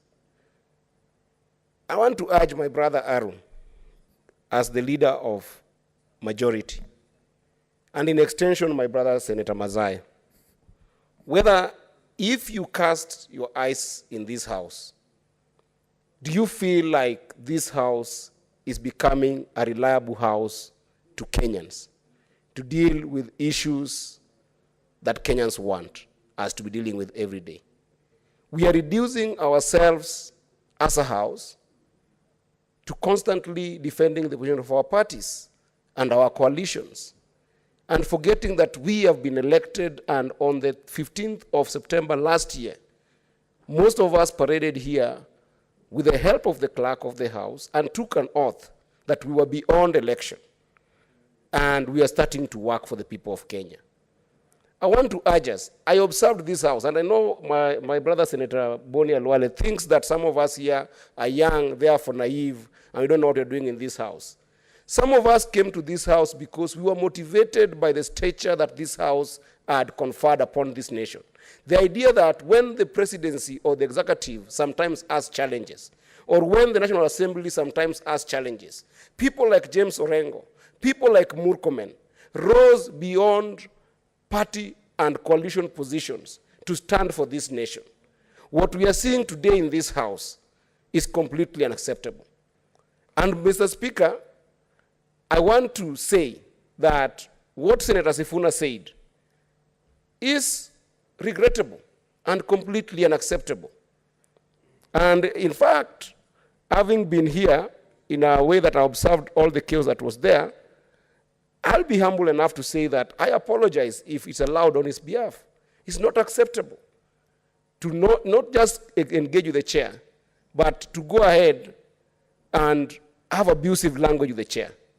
But that said, there is a genesis for why emotions are rising high and high, and I want to request our leaders, please talk. Let us rise above these coalition positions and a lot of strategic, taking advantage of each other. Like the reason why even we found ourselves in that situation, Mr. Speaker, if you remember, I rose to raise an issue of the substantive speaker giving us assurance that he will be back in the House in 30 minutes to give a ruling over a matter that has held this House hostage for the last 3 weeks. It is now almost, I'm on a point of order, Mr. Thangwa, Senator Sangwa. It's now 6 p.m. Literally one and a half hours later, we haven't had the communication around this issue. So I just want to urge us as a House, we are going to kill the efforts that have been made by previous senators who are in this House, who raised the bar of this House, that this House became the place for solace and confidence and recourse for this nation. Let's try, majority, talk to minority, and you guys advise us how you want this House to run and how you want to elevate the stature of this House. Otherwise, the gains that has been made to make this House the upper house, people have gone to court from both sides of the House in the previous years to make this House be what it is. It is degenerating at a very sporadic speed, and it is important that majority leader takes note, and minority leader take note that this House is no longer functional, and it's no longer serving the purpose of defending the people. With that, Mr. Speaker, I am remorseful about what has happened, and I hope that we can rise to be a united House that can stand for bigger agenda of this nation. I thank you, Mr. Speaker.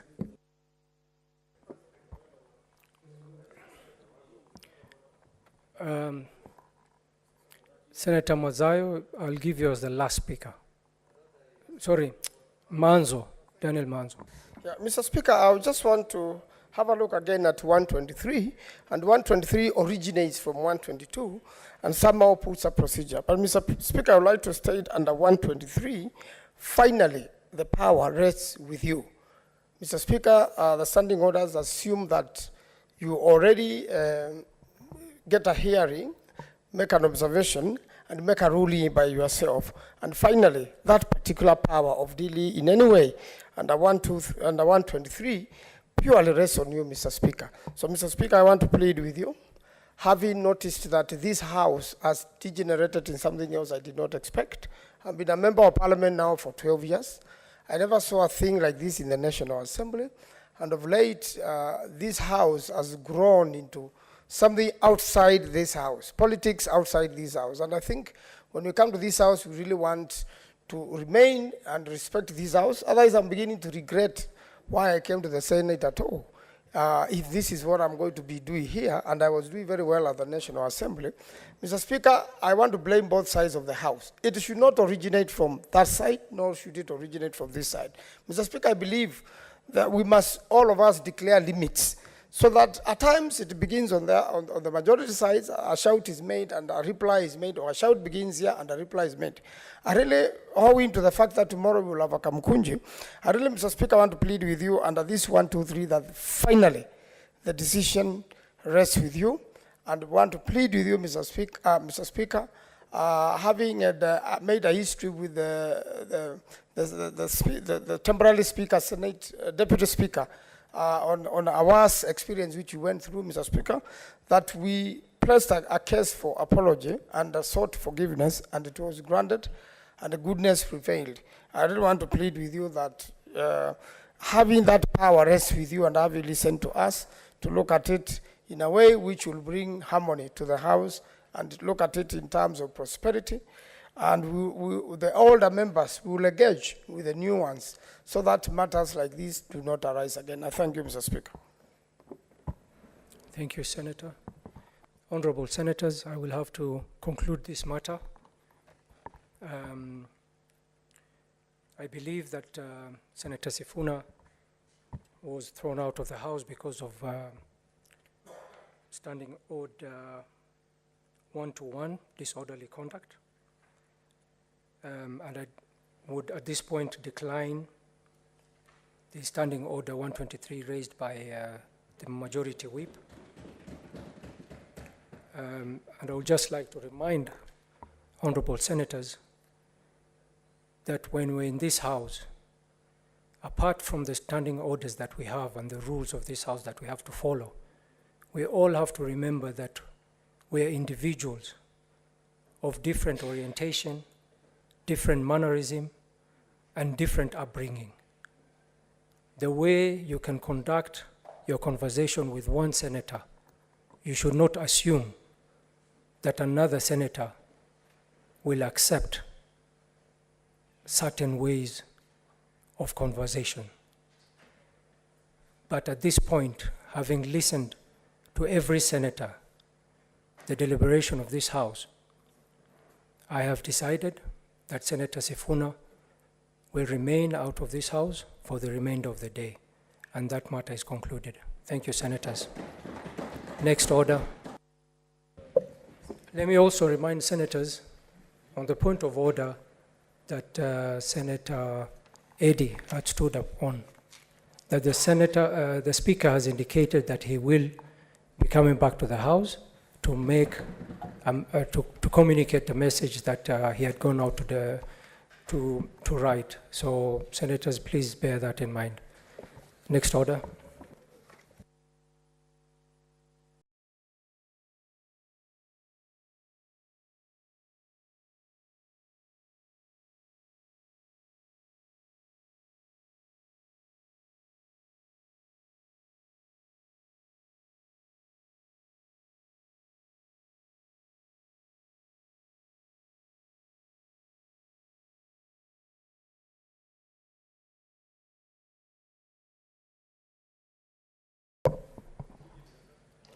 Order number 8, motion adoption of the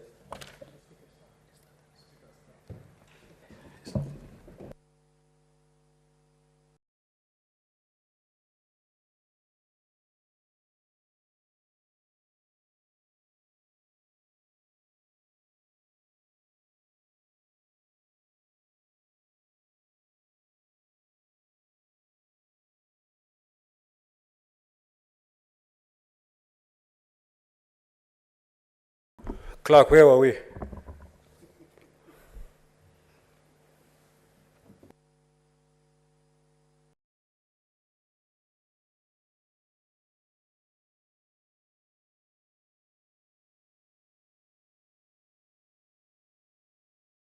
Proceed to the next order. Once you're done, I'll make my communication. As honorable senators have said, this matter should not affect the important business of the House, so it shall be communicated last. Proceed with the more important matters, please. Order number 8, motion. Adoption of the report of the Joint Committee of the National Assembly Departmental Committee on Environment, Forestry and Mining, and the Senate Standing Committee on Land, Environment and Natural Resources on the approval hearing for the nominees for appointment as members of the National Climate Change Council.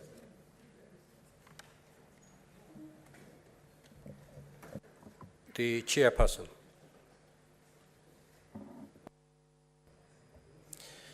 Thank you, Mr. Speaker.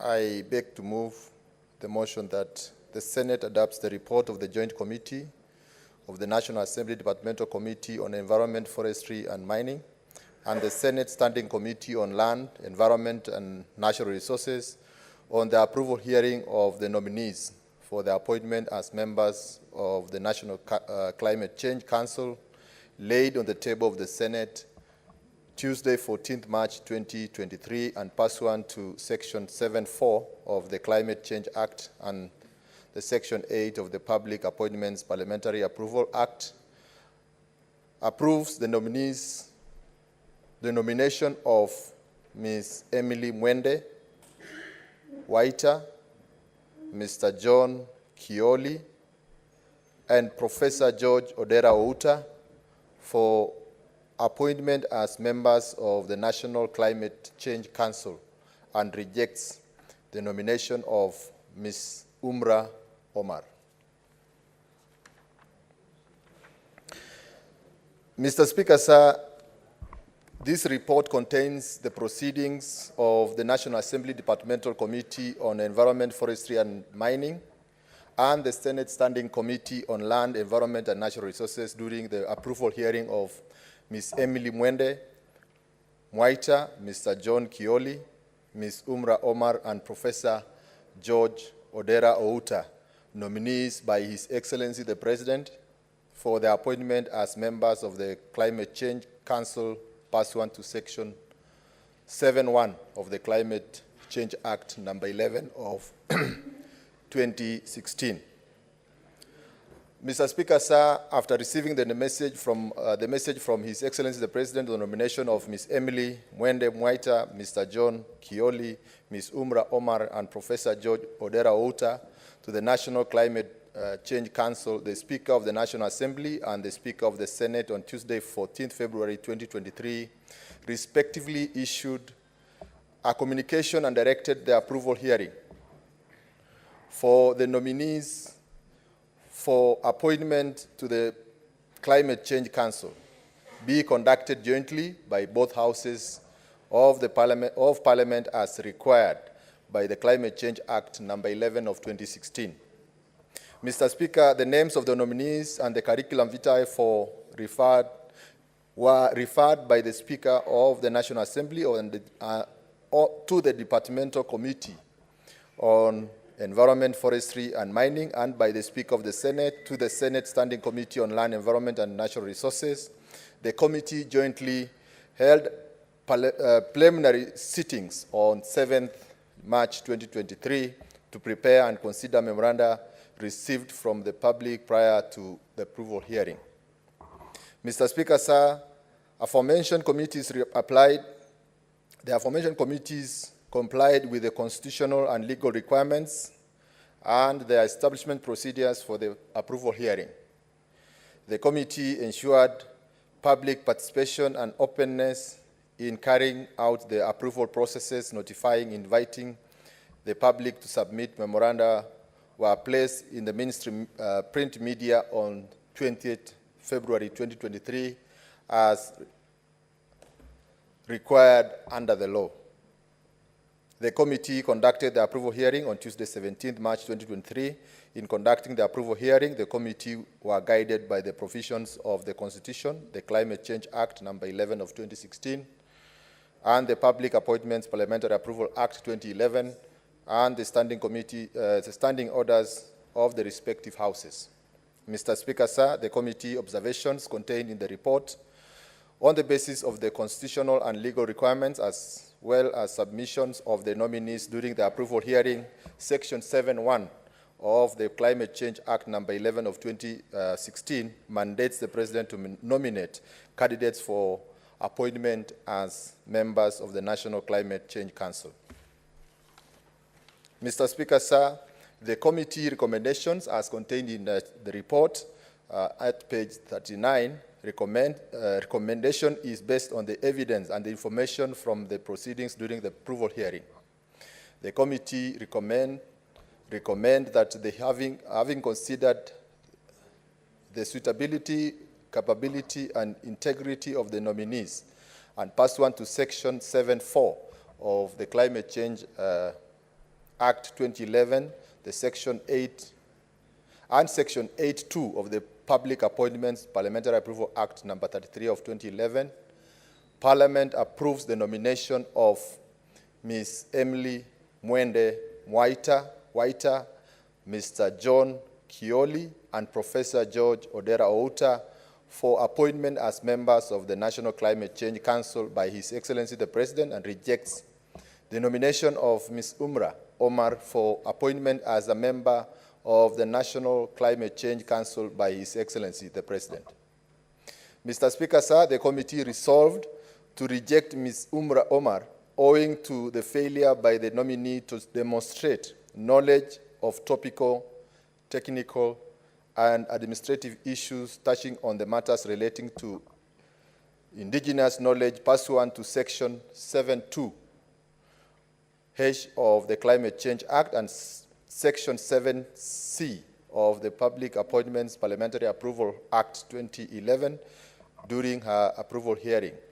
Consequently, the nominee lacks the requisite abilities and experience to serve as a member of the National Climate Change Council.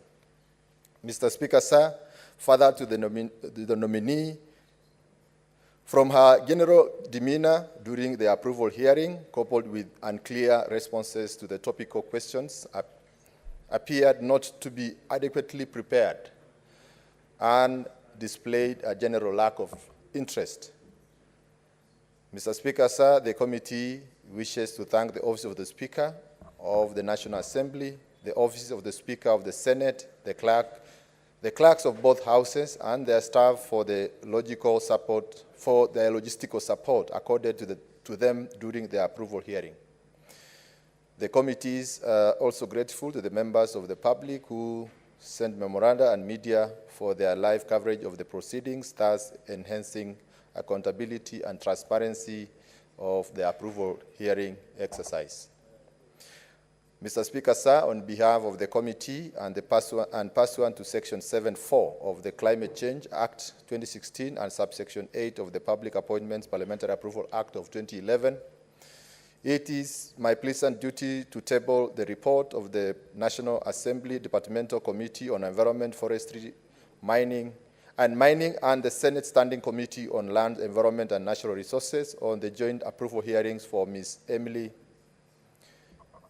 Mwenda Waita, Mr. John Kioli, Ms. Umra Omar, and Professor George Odera Outa, the nominees for appointment as members of the National Climate Change Council for the debate and adoption by Parliament. I thank you, Honorable Speaker, and I call upon Senator Matinga to second.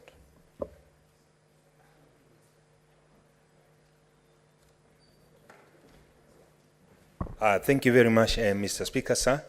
I rise up to second.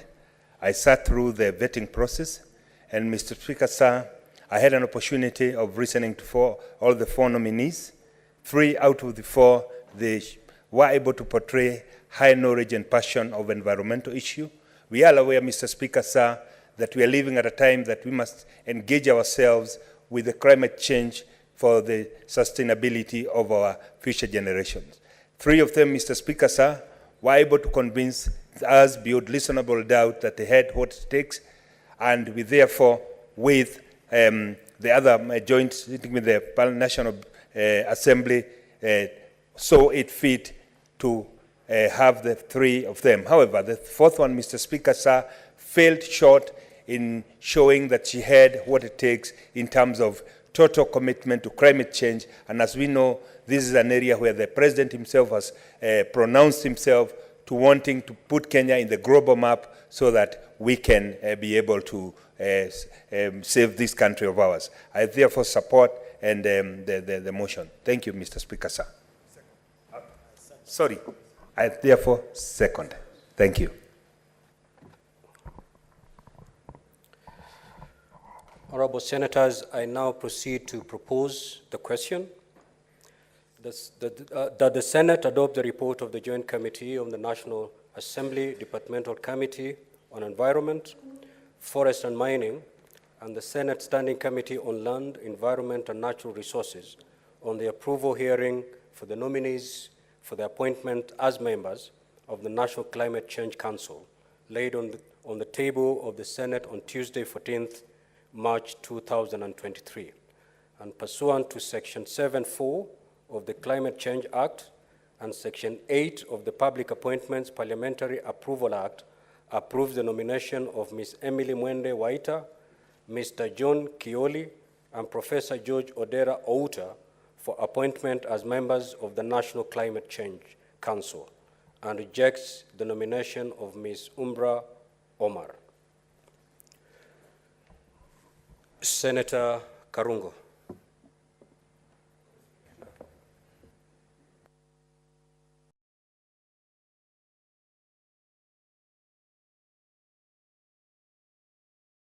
Senator Manzo.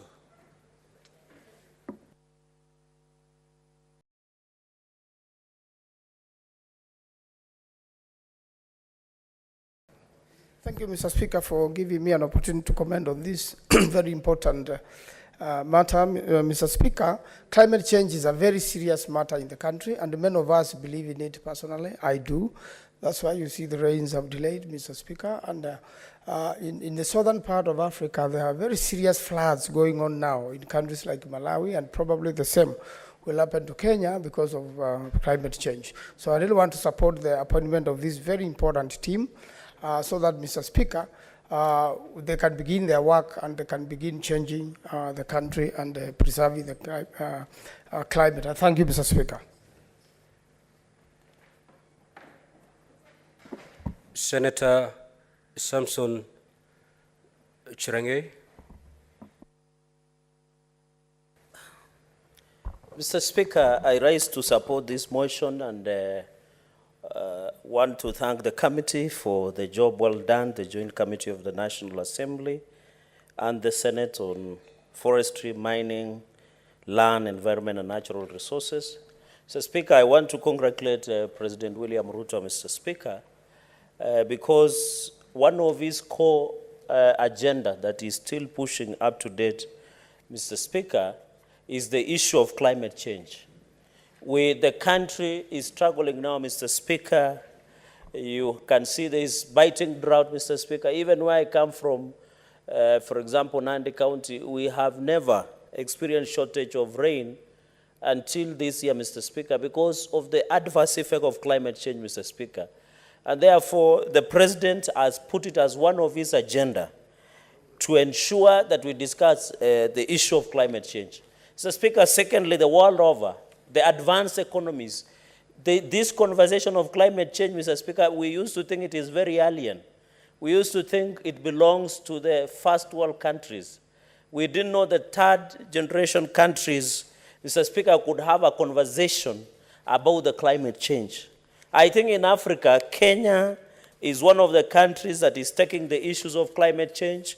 I remember in the last session, we used to see Senator Ledamo Lekina, at that time even hiring planes to fly over forest in Narok and plant trees.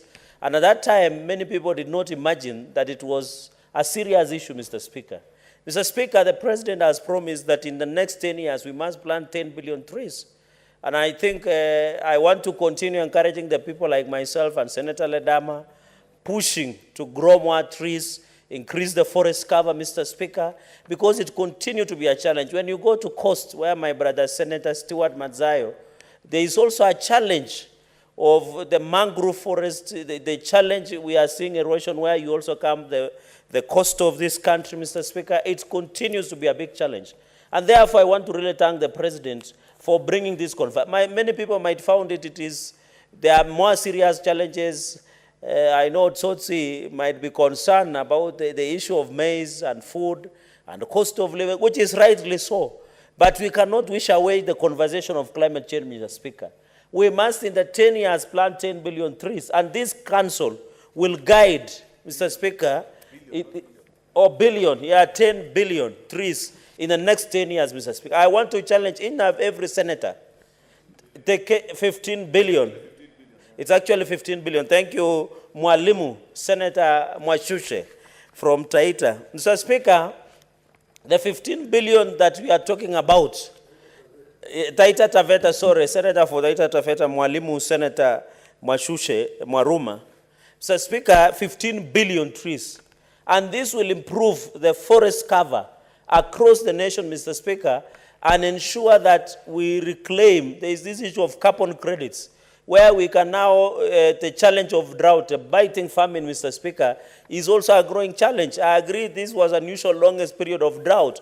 Although we want to thank God, you know, when some of us were praying in Nyayo Stadium, many people are wondering, why are you praying? Mr. Speaker, the rains have started coming, and I want to encourage farmers, Mr. Speaker, to start planting. The government has even provided, and Senator Oburu Odinga yesterday said the government has provided subsidized fertilizer. We are now, they provide maybe affordable seeds, and therefore encourage farmers to go back and farm and ensure, Mr. Speaker, the competency of these candidates, Mr. Speaker, I can see one of the candidates was rejected, where they said that that nominee did not, that was Omar, that the nominee did not demonstrate knowledge of topical, technical, and administrative issues touching on the matters relating to indigenous knowledge. Of course, there is a reason. And you know, it is important that Kenyans, Mr. Speaker, not aware that why one of the members was rejected. You know, topical issues, if they ask you, for example, who is the senator of Lamu, and if you ask aside topical issues, what is happening in maybe somewhere across the world, Mr. Speaker, I think these are such technical and administrative issues, Mr. Speaker.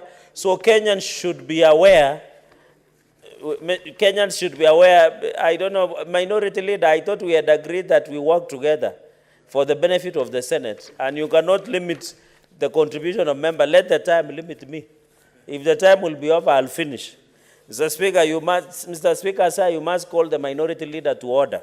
Mr. Speaker, during our approval hearing, consequently, my apologies. Mr. Speaker, consequently, the nominee lacks the requisite abilities and experience to serve as a member of the National Climate Council. So on the issue of administration, technical aspect, topical issues, Mr. Speaker, I think this was the reason why the nominee was rejected. The second and the final reason was that the nominee from the general demeanor, you know, the body language, I can read the body language, Mr. Speaker, is very important. Mr. Speaker, during the approval hearing coupled with unclear responses to the topical responses, questions appeared not to be adequately prepared and displayed a general lack of interest. And therefore, Mr. Speaker, I want to ask, it is not easy to read the demeanor, but I want to ask, Mr. Speaker, that the issue of demeanor or behavior or expressing, Mr. Speaker, is very important. And therefore, this lady was not, because I don't want anybody going to court or some activists blaming that why was this lady rejected, because she lacked the competence, the ability, even the interest that the committee noticed, the behavior and the demeanor and the body language of this nominee, Mr. Speaker. Mr. Speaker, the issue of environment is very critical. It is captured on land and environment on the Constitution. And we must take it to seriousness it deserves, Mr. Speaker. The issue of soil erosion, when it rains like this, Mr. Speaker, there is the challenge of ensuring that we use our schools, Mr. Speaker. I want to challenge this climate council, Mr. Speaker, to use schools. Let us go education. Let us educate our children. Let us ensure, Mr. Speaker, that we educate our children and we use schools, training centers, TVETs, by bringing them into the factor, Mr. Speaker. When you look at the experience that you have seen on a number of the role, the council, Mr. Speaker, and I think it will be important. I know senators might be worried about the Climate Council. What is the role? What is the role of the Senate, Mr. Speaker? There is the issue of connecting both devolved county governments and national governments, Mr. Speaker. That is mainstreaming climate change function, even creating those council climate change functions within, Mr. Speaker, the national and county governments.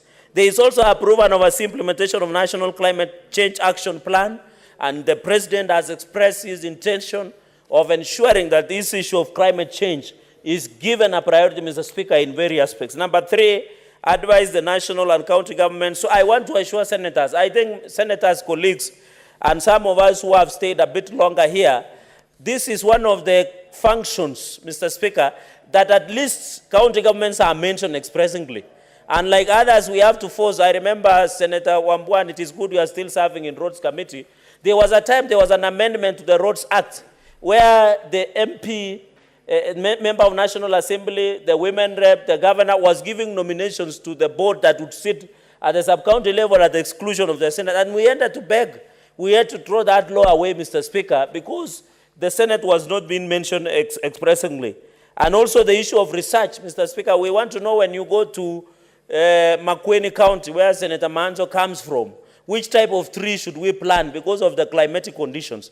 When you go to Narok, when you go to Nandi, Mr. Speaker, which type of tree should you plant? And therefore, even as we say we want to do massive planting of trees, what should we grow trees in Garissa, where the rainfall is just not regular, and like Nandi, Mr. Speaker? So, Mr. Speaker, I think we need to be very, very keen on this issue, Mr. Speaker, and also administer the climate change fund, Mr. Speaker. I think the committee should invite this climate so that we can know what type of this fund. I know the chairperson of PIC, Senator Otsotsi, is smiling because this is one of the special funds, and including special funds and other investments. Mr. Senator Otsotsi, you now have a work to audit and call so that they can appear before you, because we are now forming what we call climate change fund under the PIC, and I can see a number of PIC members who are here, Mr. Speaker, which is very critical in terms of it. Mr. Speaker, the last point I want to make is on the issue of research and providing this climate fund, Mr. Speaker, must in some way, Mr. Speaker, provide and ensure that we get adequate seedlings, especially from KEFRI. Kenya Forestry Research Institute, KEFRI. We have Kenya Forest Service, Mr. Speaker, where we can even give and ensure that we provide seedlings to groups, Mr. Speaker. We, at the county level, Mr. Speaker, at most of the counties and constituencies, Mr. Speaker, including where we once visited Nyamira, there are CBOs, now it's community-based organizations, community CSOs, community-based organizations, many other organizations, Mr. Speaker. They can use KEFRI and KFS, Mr. Speaker. That is, we can use KEFRI and KFS to provide trees, Mr. Speaker. Mr. Speaker, when you talk about set targets for the regulation of greenhouse gas emissions, Mr. Speaker, we are aware, and we are aware, Mr. Speaker, that the regulation of greenhouse emissions, Mr. Speaker, because of the, what do we call, Mr. Speaker, the factories. I remember there was a case, Mr. Speaker, in Athi River, where one factory was being, Mr. Speaker, I don't know why surgeons are approaching the mess. Mr. Speaker, I'm still submitting until the Speaker adjourns the House.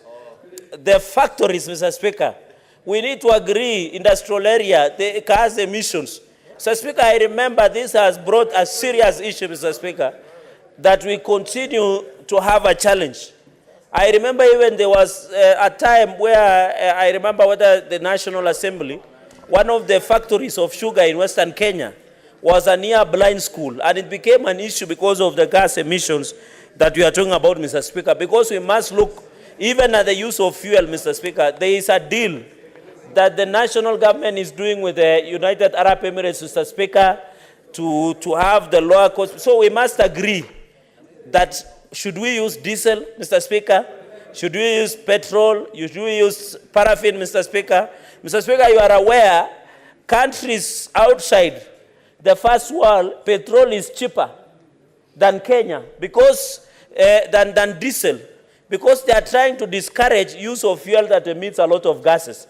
And that is why when you go, people are using, you don't even get a car of diesel in those first world countries. But when you go to Lamu, everybody is using diesel vehicles, Mr. Speaker, and they end up emitting a lot of gases, causing even problems of breathing challenges, Mr. Speaker. And therefore, we must see, even in terms, even if we want to encourage the people who import their vehicles at Mombasa, Mr. Speaker, the vehicles who, Mr. Speaker, the vehicles, people who import vehicles, Mr. Speaker, at Mombasa port. In fact, what we should be doing is maybe encouraging, Mr. Speaker, encouraging the sale of vehicles, Mr. Speaker. For example, the vehicles with petrol engine, Mr. Speaker, and we make it cheaper, maybe the petrol, the issue of diesel, Mr. Speaker, we make it cheaper and ensure that we move forward, Mr. Speaker. And the council, Mr. Speaker, as you are aware, has been formed like the CS, which is important, Mr. Speaker. There is also the CS of National Treasury. There is the issue of economic planning. They can energy, Mr. Speaker, and I'm happy. Council of Governors, Mr. Speaker. What is the point of order? Council of Governors, Mr. Speaker. Senator Cherangei. Yes, I'm submitting seriously. What is the point of order, Senator Karungu? Mr. Speaker, looking at the time, we are way beyond. Mr. Speaker, we will give you an opportunity. Mr. Speaker, I don't think I'm even supposed to speak because we are way beyond the time you're supposed to be here. So it's beyond 6:30, Mr. Speaker. We are not properly constituted as we speak. It's now 6:30. Yes, Senator Mazayo.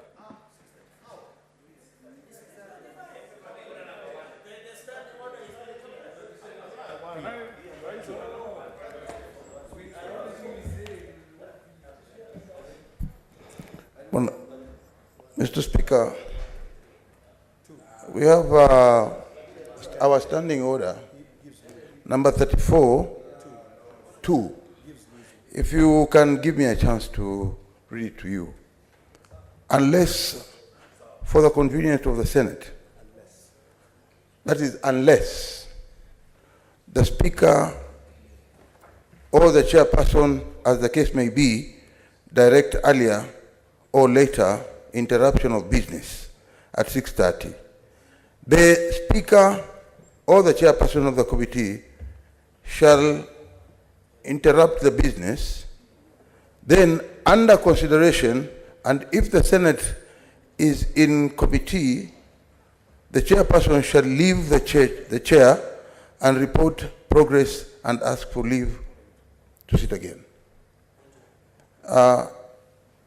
Mr. Speaker, with tremendous respect, with a lot of respect to this House, we were almost closing in on this matter. I do not see the reason why we are prepared now to go back to where we were. I thought we are making progress. Mr. Speaker, with a lot of respect, again, Senator, you don't want me to lose my cool. Senator Mazayo, kindly wind up your thoughts, because we are transacting business beyond. Yes, that's why I'm making this application now. You promised to communicate. You promised to come after 30 minutes. We have waited here. My colleague, Eddie, said it was way beyond 30 minutes. We wanted to find out what is happening. He didn't receive a substantive answer. We have come to 6:30. We have been talking to you desperately, telling you, why don't you want to communicate? We have listened to advices that we have been receiving also from the people who are supposed to advise us, which I believe the tradition of this house, we trust what our clerks tell us. And I am surprised that, Mr. Speaker, you are departing from what you have promised this house, that you are going to deliver the communication before 6:30. I am in total shock of how this house is being handled. And I'm afraid that, Mr. Speaker, you're going against your own word. Yes, Senator. Thank you, Mr. Speaker. Mr. Speaker, he's allowed me to speak. Please, Gerald Gay, with tremendous respect. Tremendous respect. Senator Ledama, just... Thank you, Mr. Speaker. Mr. Speaker... Just have your seat. Thank you. Just have your seat. Senators, the standing orders do provide the hours when this Senate is supposed to transact its business. It is between 2:30 to 6:30, unless, of course, Standing Order 34-2 or Standing Order 34-4 is invoked. But both standing orders that I've cited, they must be invoked before 6:30. In fact, Standing Order 34-4 provides that you need to rise and you move that motion half an hour before 6:30. If indeed that I'm to use my powers for the convenience of the House to proceed, I need to exercise those powers either at 6:30 or before. If you look at the clock, it is 6:38. Indeed, it's true, I promised to deliver the communication, which is ready here with me. But owing to the fact that the hours